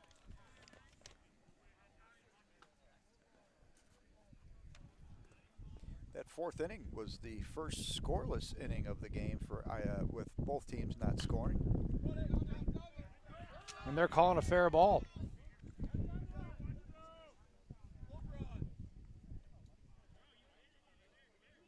So Scott Hess, his first hit of the game. Nice single to third base. Brings up Gabe D'Angelo. We made the snafu on Gabe earlier, but he is an Orchard Park Quaker, and he's batting sixth. And he's the designated hitter. Last at-bat, he struck out. He flew out to left field in his first at-bat.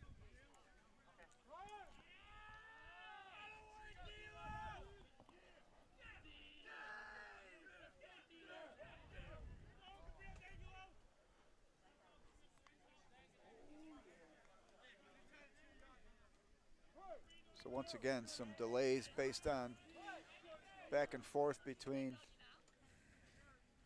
the officials.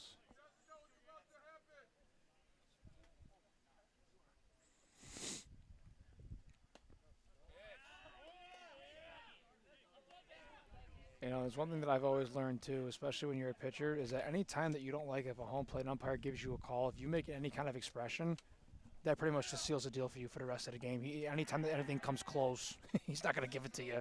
Well, especially at the youth level, high school level, you know, it's a respect issue, and I can understand that. Oh, sure, so could I. Where you get to the big leagues, it's a different story.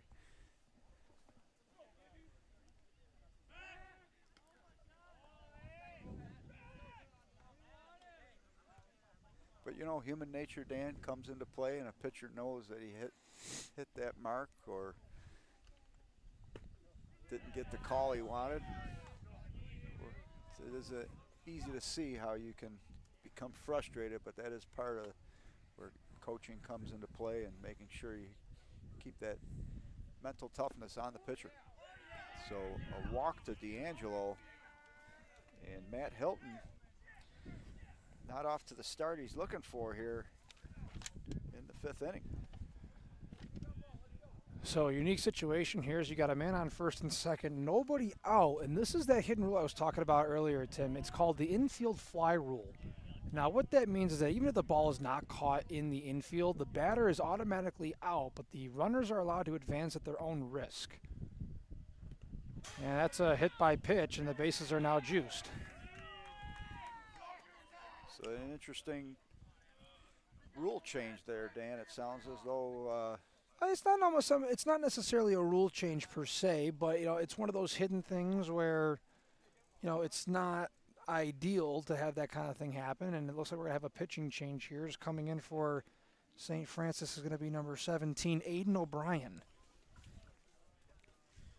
I was surprised Ryan Hilton, maybe he was just on a short pitch count today, but he finished that previous inning strong, and he was taken out, but we don't know the story on the back end. But otherwise, Hilton really finished his day strong, but Matt Hilton, not the same success rate as he has bases juiced right now as he'll leave the game. And for St. Francis, they're hoping Aiden O'Brien can stop the bleeding. So we're going to take a quick break here. We'll be right back on Western New York Athletics. When it's time to sell your home, start with a visit to howardhanna.com. Ranked the #1 real estate site for sellers. We can get you the most money in the quickest amount of time because we know where the local buyers are and how to reach them. Get started today at howardhanna.com.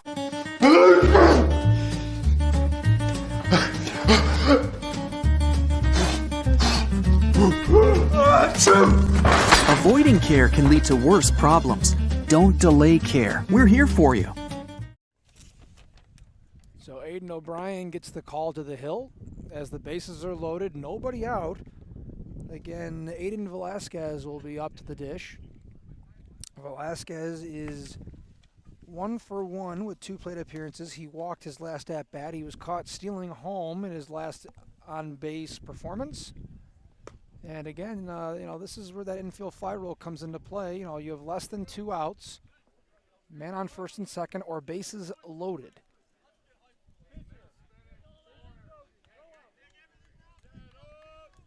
Big opportunity here for number 11 for the Quakers.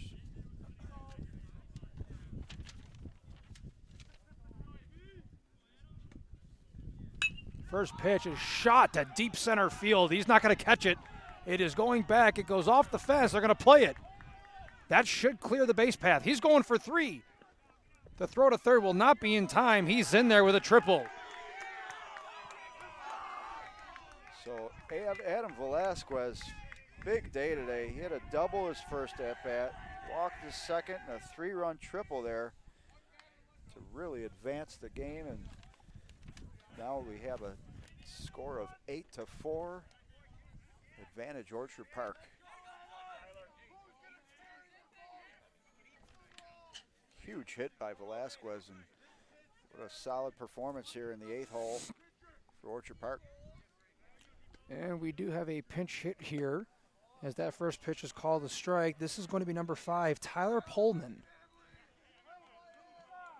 As it looks like Roman Gasella's day is done.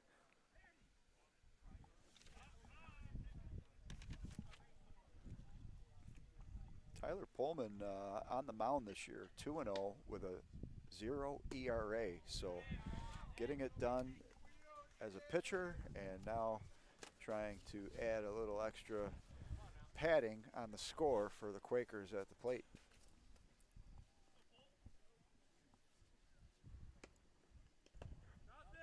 And a great stop by the catcher. Again, this is where that skill comes into play for the catchers, is trying to keep the ball in front of you at all times.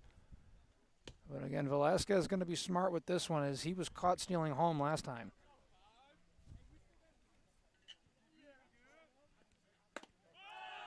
He tried to go upstairs with that one and just missed. Yeah, you could see Aiden O'Brien still trying to figure out some things on the mound here. Needs to do it quickly. And that's ball 4, and again, Velasquez not taking the chances. He remembers what happened last time. So coming up to bat now will be Tyler Kelly. Tyler Kelly 1 for 1 with 3 plate appearances and 2 walks. He scored 2 on his 3 attempts.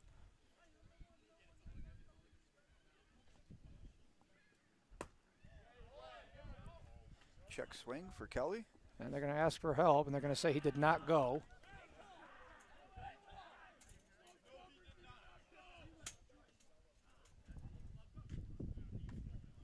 I will agree with that call that he did not go. I got a nice angle right here of that one.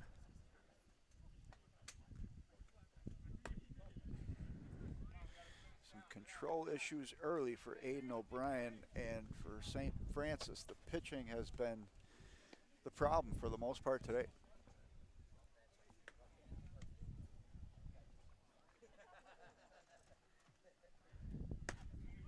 He goes upstairs again in 3-0.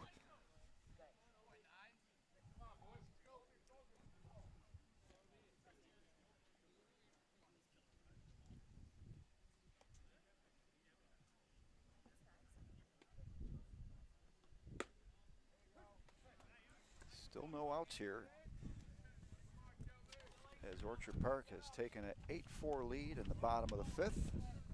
And again, that infield fly rule is not in effect right now, as there's a man on first and third. Only goes through with first and second or bases loaded. And that pitch has popped up. That's going to go out of play. So full count here on Kelly. And just looking back at my records here, he's gone full count his last 2 at-bats.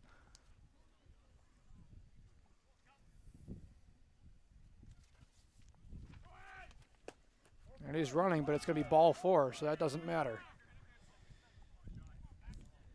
So 3 walks on the day for Tyler Kelly. Nice way to be a potent leadoff hitter when you reach base safely, all 4 at-bats. And he's definitely contributed with a couple steals, a couple runs, and RBI. So Tyler Kelly getting it done at the plate today for the Quakers. Sean Becker coming up to the dish. He grounded out to shortstop his last at-bat. And again, that infield fly rule is back in effect. Bases loaded, nobody out. And that one will get called in there for a strike. And I'll tell you what, there's no better feeling that when you have bases loaded and you go up to bat, you want to do whatever you can to try to get those runs in. Oh, and he caught him with an off speed there. He was going for the bleachers. Yeah, that was a great pitch there for Aiden O'Brien. So the last 2 pitches, 2 of the best he's strung together in a short amount of work here in the 5th. That one in the dirt, but all runners will stay. Nice job by the catcher to limit the amount of roll behind the backstop.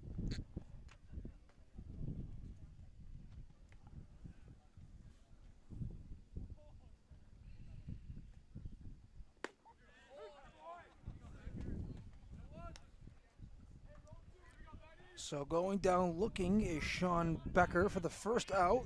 So Ben Casella coming up. He grounded out to the first baseman his last at-bat. Infield fly rule is still in effect.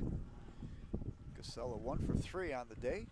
And for Sean Becker, that was a first strikeout, and Aiden O'Brien gladly getting that K. That's a shot deep to left field, and he dropped the ball. He dropped the ball, and everyone will be safe, and a run scores. Yeah, he had that ball right in the mitt there, Dan. I'm not sure what happened, but as a result, 9-4 Orchard Park, and the hits keep coming, although that one was an error.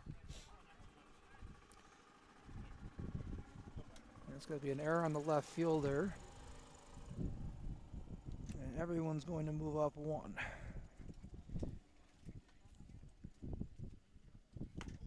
Bat here is Pat Evans, grounded out his last at bat. 1 for 3 on the day, and he's going to advance as hit by pitch, it looks like. Figures he advanced right as I erased the line that he put there to begin with. Brings up Scott Hess. And we've gone all the way around the order here.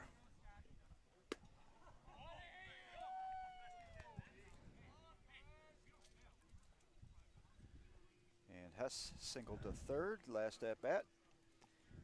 He's 1 for 2 today. Excuse me, 1 for 1. He was hit by a pitch first inning, walked second at bat, so reaching safely in all 3 appearances to the plate.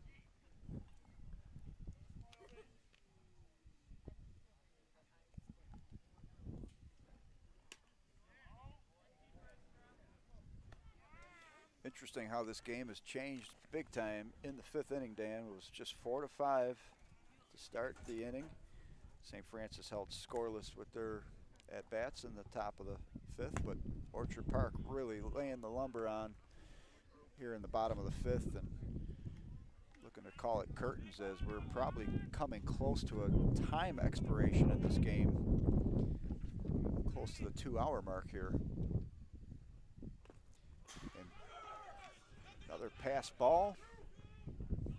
I have to go back to the point, Dan. Ryan Hilton, a very strong inning, and he was taken out of the game. I don't know whether or not that was due to just the pitch count, but surprised they took him out.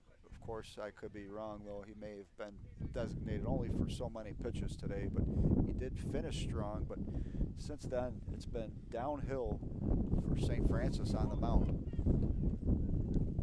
And that's another walk, and everyone will be coming in. It's now 11-4.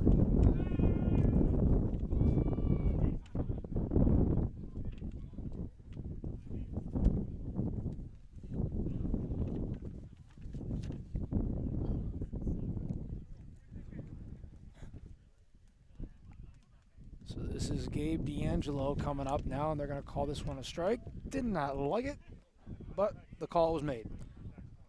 So Gabe D'Angelo is 0 for 2 with a walk.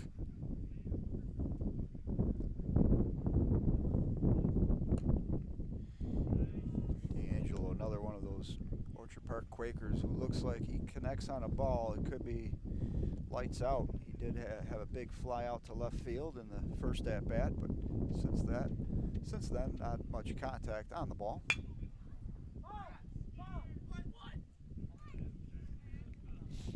That one fouled down the first baseline.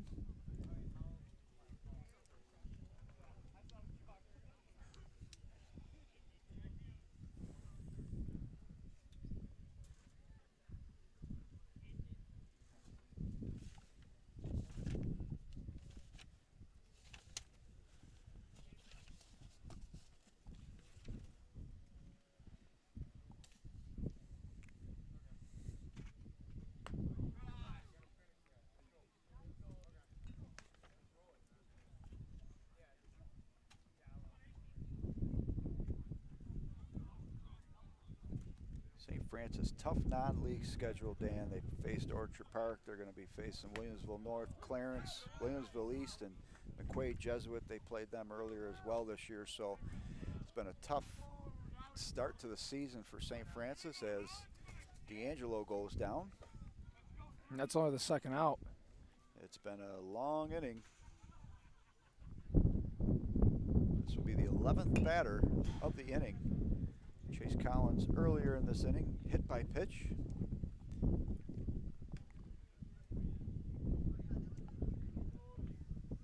And the wind seems to be picking up once again.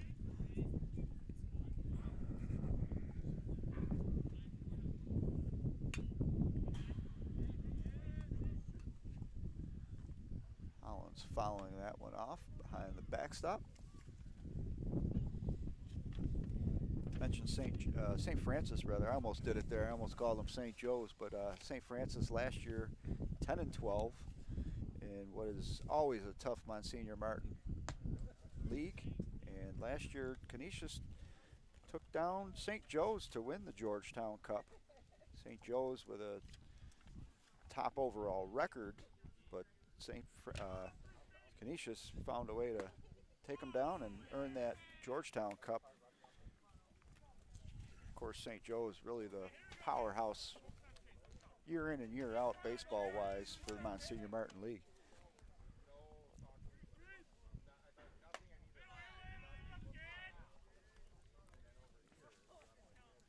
And we're at got a full count here.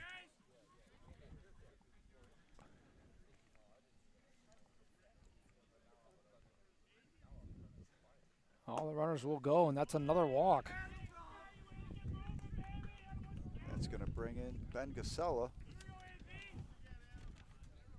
12-4, and what has been just a gigantic inning for Orchard Park. It's funny how, Dan, one inning can just turn a game upside down, and for St. Francis, this was the 5th.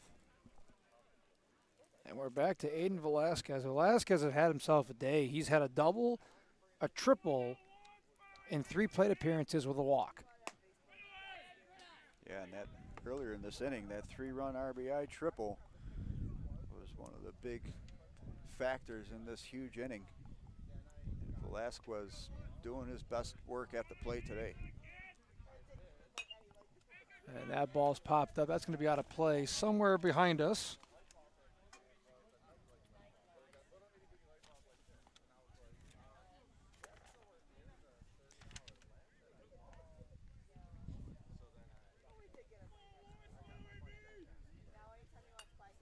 He fouled that one behind again. And folks, if you still want some more baseball action, St. Joe's and Winsville East coming up after this. And it's starting to get a little cool out here, Dan, especially with the wind, and the sun will be coming down for that nightcap. But it's been a great day of baseball. Temperature right around 60 degrees throughout most of this afternoon. And Velasquez again with a bullet, but that's going to be tracked down and caught by the center fielder, and that will conclude the 5th inning. So we go to the top of the 6th here in Niagara Falls. When it's time to sell your home, start with a visit to howardhanna.com, ranked the #1 real estate site for sellers. A few clicks will show you the sales price you can expect for your home. We can get you the most money in the quickest amount of time because we know where the local buyers are and how to reach them. So if it's time to sell your home, visit howardhanna.com today, and we'll match you with a local Howard Hanna agent to sell your home fast. I love being home.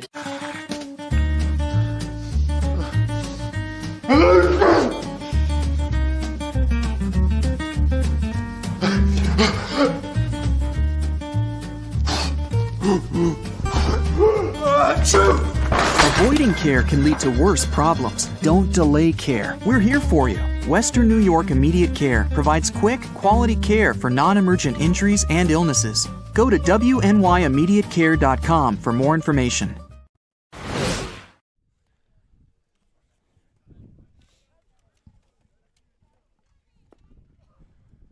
No changes on the hill for Orchard Park. Coming up to the bat will be Hunter Nowak, Jason Schultz, and Anthony Snyder, unless they've been substituted, which it doesn't appear to, but we'll find out shortly. So a gigantic inning. Orchard Park now leads 12-4, 7 runs scored for them in the bottom of the 5th. And that definitely gives them a comfortable cushion here, and most likely what's going to bring their record to 8-1 on the season.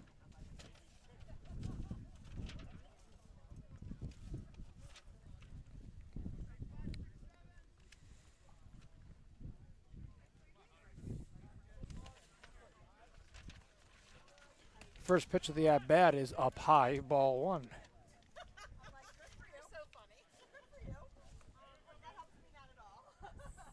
Hunter Nowak with a hit his last at-bat, a single past the shortstop.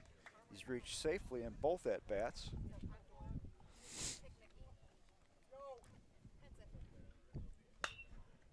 And that's a shot hit out to left field. Not a good jump on it. He tracks it down, makes the catch for the first out.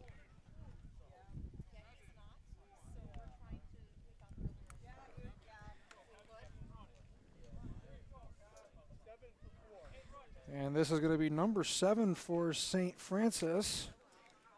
Kevin Kerr. I beg your pardon. Kevin Herr. So Herr substituting in for Jason Slitz.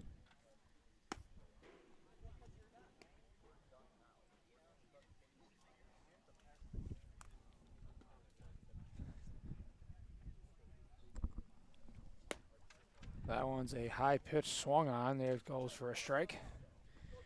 One out here in the top of the 6th, and Liam Pitlick still dealing very well. Looks like he put a little bit too much pressure on that middle finger trying to get that curveball in.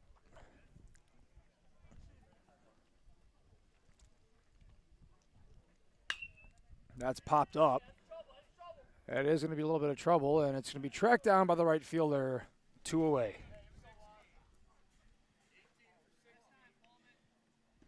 So, you know, Pitlick, he's been able to get the quick outs and the quick work, both last inning and here, the first 2 batters. Quickly getting them. Anthony Snyder's night is done, so Noah Rosura will be coming in as that first pitch is low for ball 1. Rosura, just a sophomore, getting some good opportunity here. And Dan, the wind definitely picking up here as in the later stages of this game. It's either that or the sun's starting to drop down too. Little cloud covers coming into play. This reminds me of my time at the ice rinks. No sun, no heat, just cold and wind.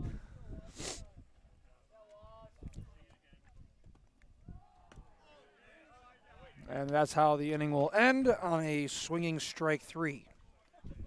So that'll conclude the top of the 6th, going to the bottom. And that's actually, looks like it's going to do it for the day. Just tossed a break. And we are going to take a break. You're watching live action here on Western New York Athletics.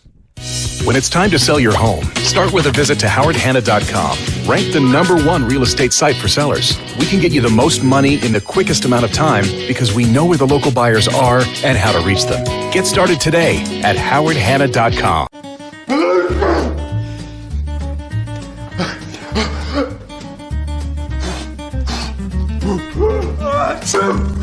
Avoiding care can lead to worse problems. Don't delay care. We're here for you.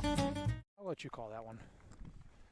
And we're back here, folks, and that's actually going to conclude the this coverage of the Orchard Park Quakers and St. Francis. As a final official score, what do we got, Tom? 12-4. Orchard Park stands victorious and a great start to their season. Now 8-1. I have to go Tyler Kelly as my MVP today, Dan. Reached base safely and really started things out for the Quakers. Of course, a few other candidates. Adam Velasquez among those. He had 3 RBIs and reached safely on 3 out of 4 at bats. So really a strong performance overall for Orchard Park, and look for them to be a major contender in the ECIC 1. And that's a tough league, but so far they're the cream of the crop. For sure. And Tim, thank you very much for joining me this afternoon. I believe you're done for the day, so you get to go warm up. Always a pleasure, Dan, and thank you to Francis Beck. And once again, thank you to Tom Prince and Frank Wolf helping put this great day together. And stellar action today. We got a couple more games to finalize the night. And Dan, pleasure to be back with you. Likewise, that'll do it for us here at Niagara Falls, and Will East, St. Joe's, coming up next.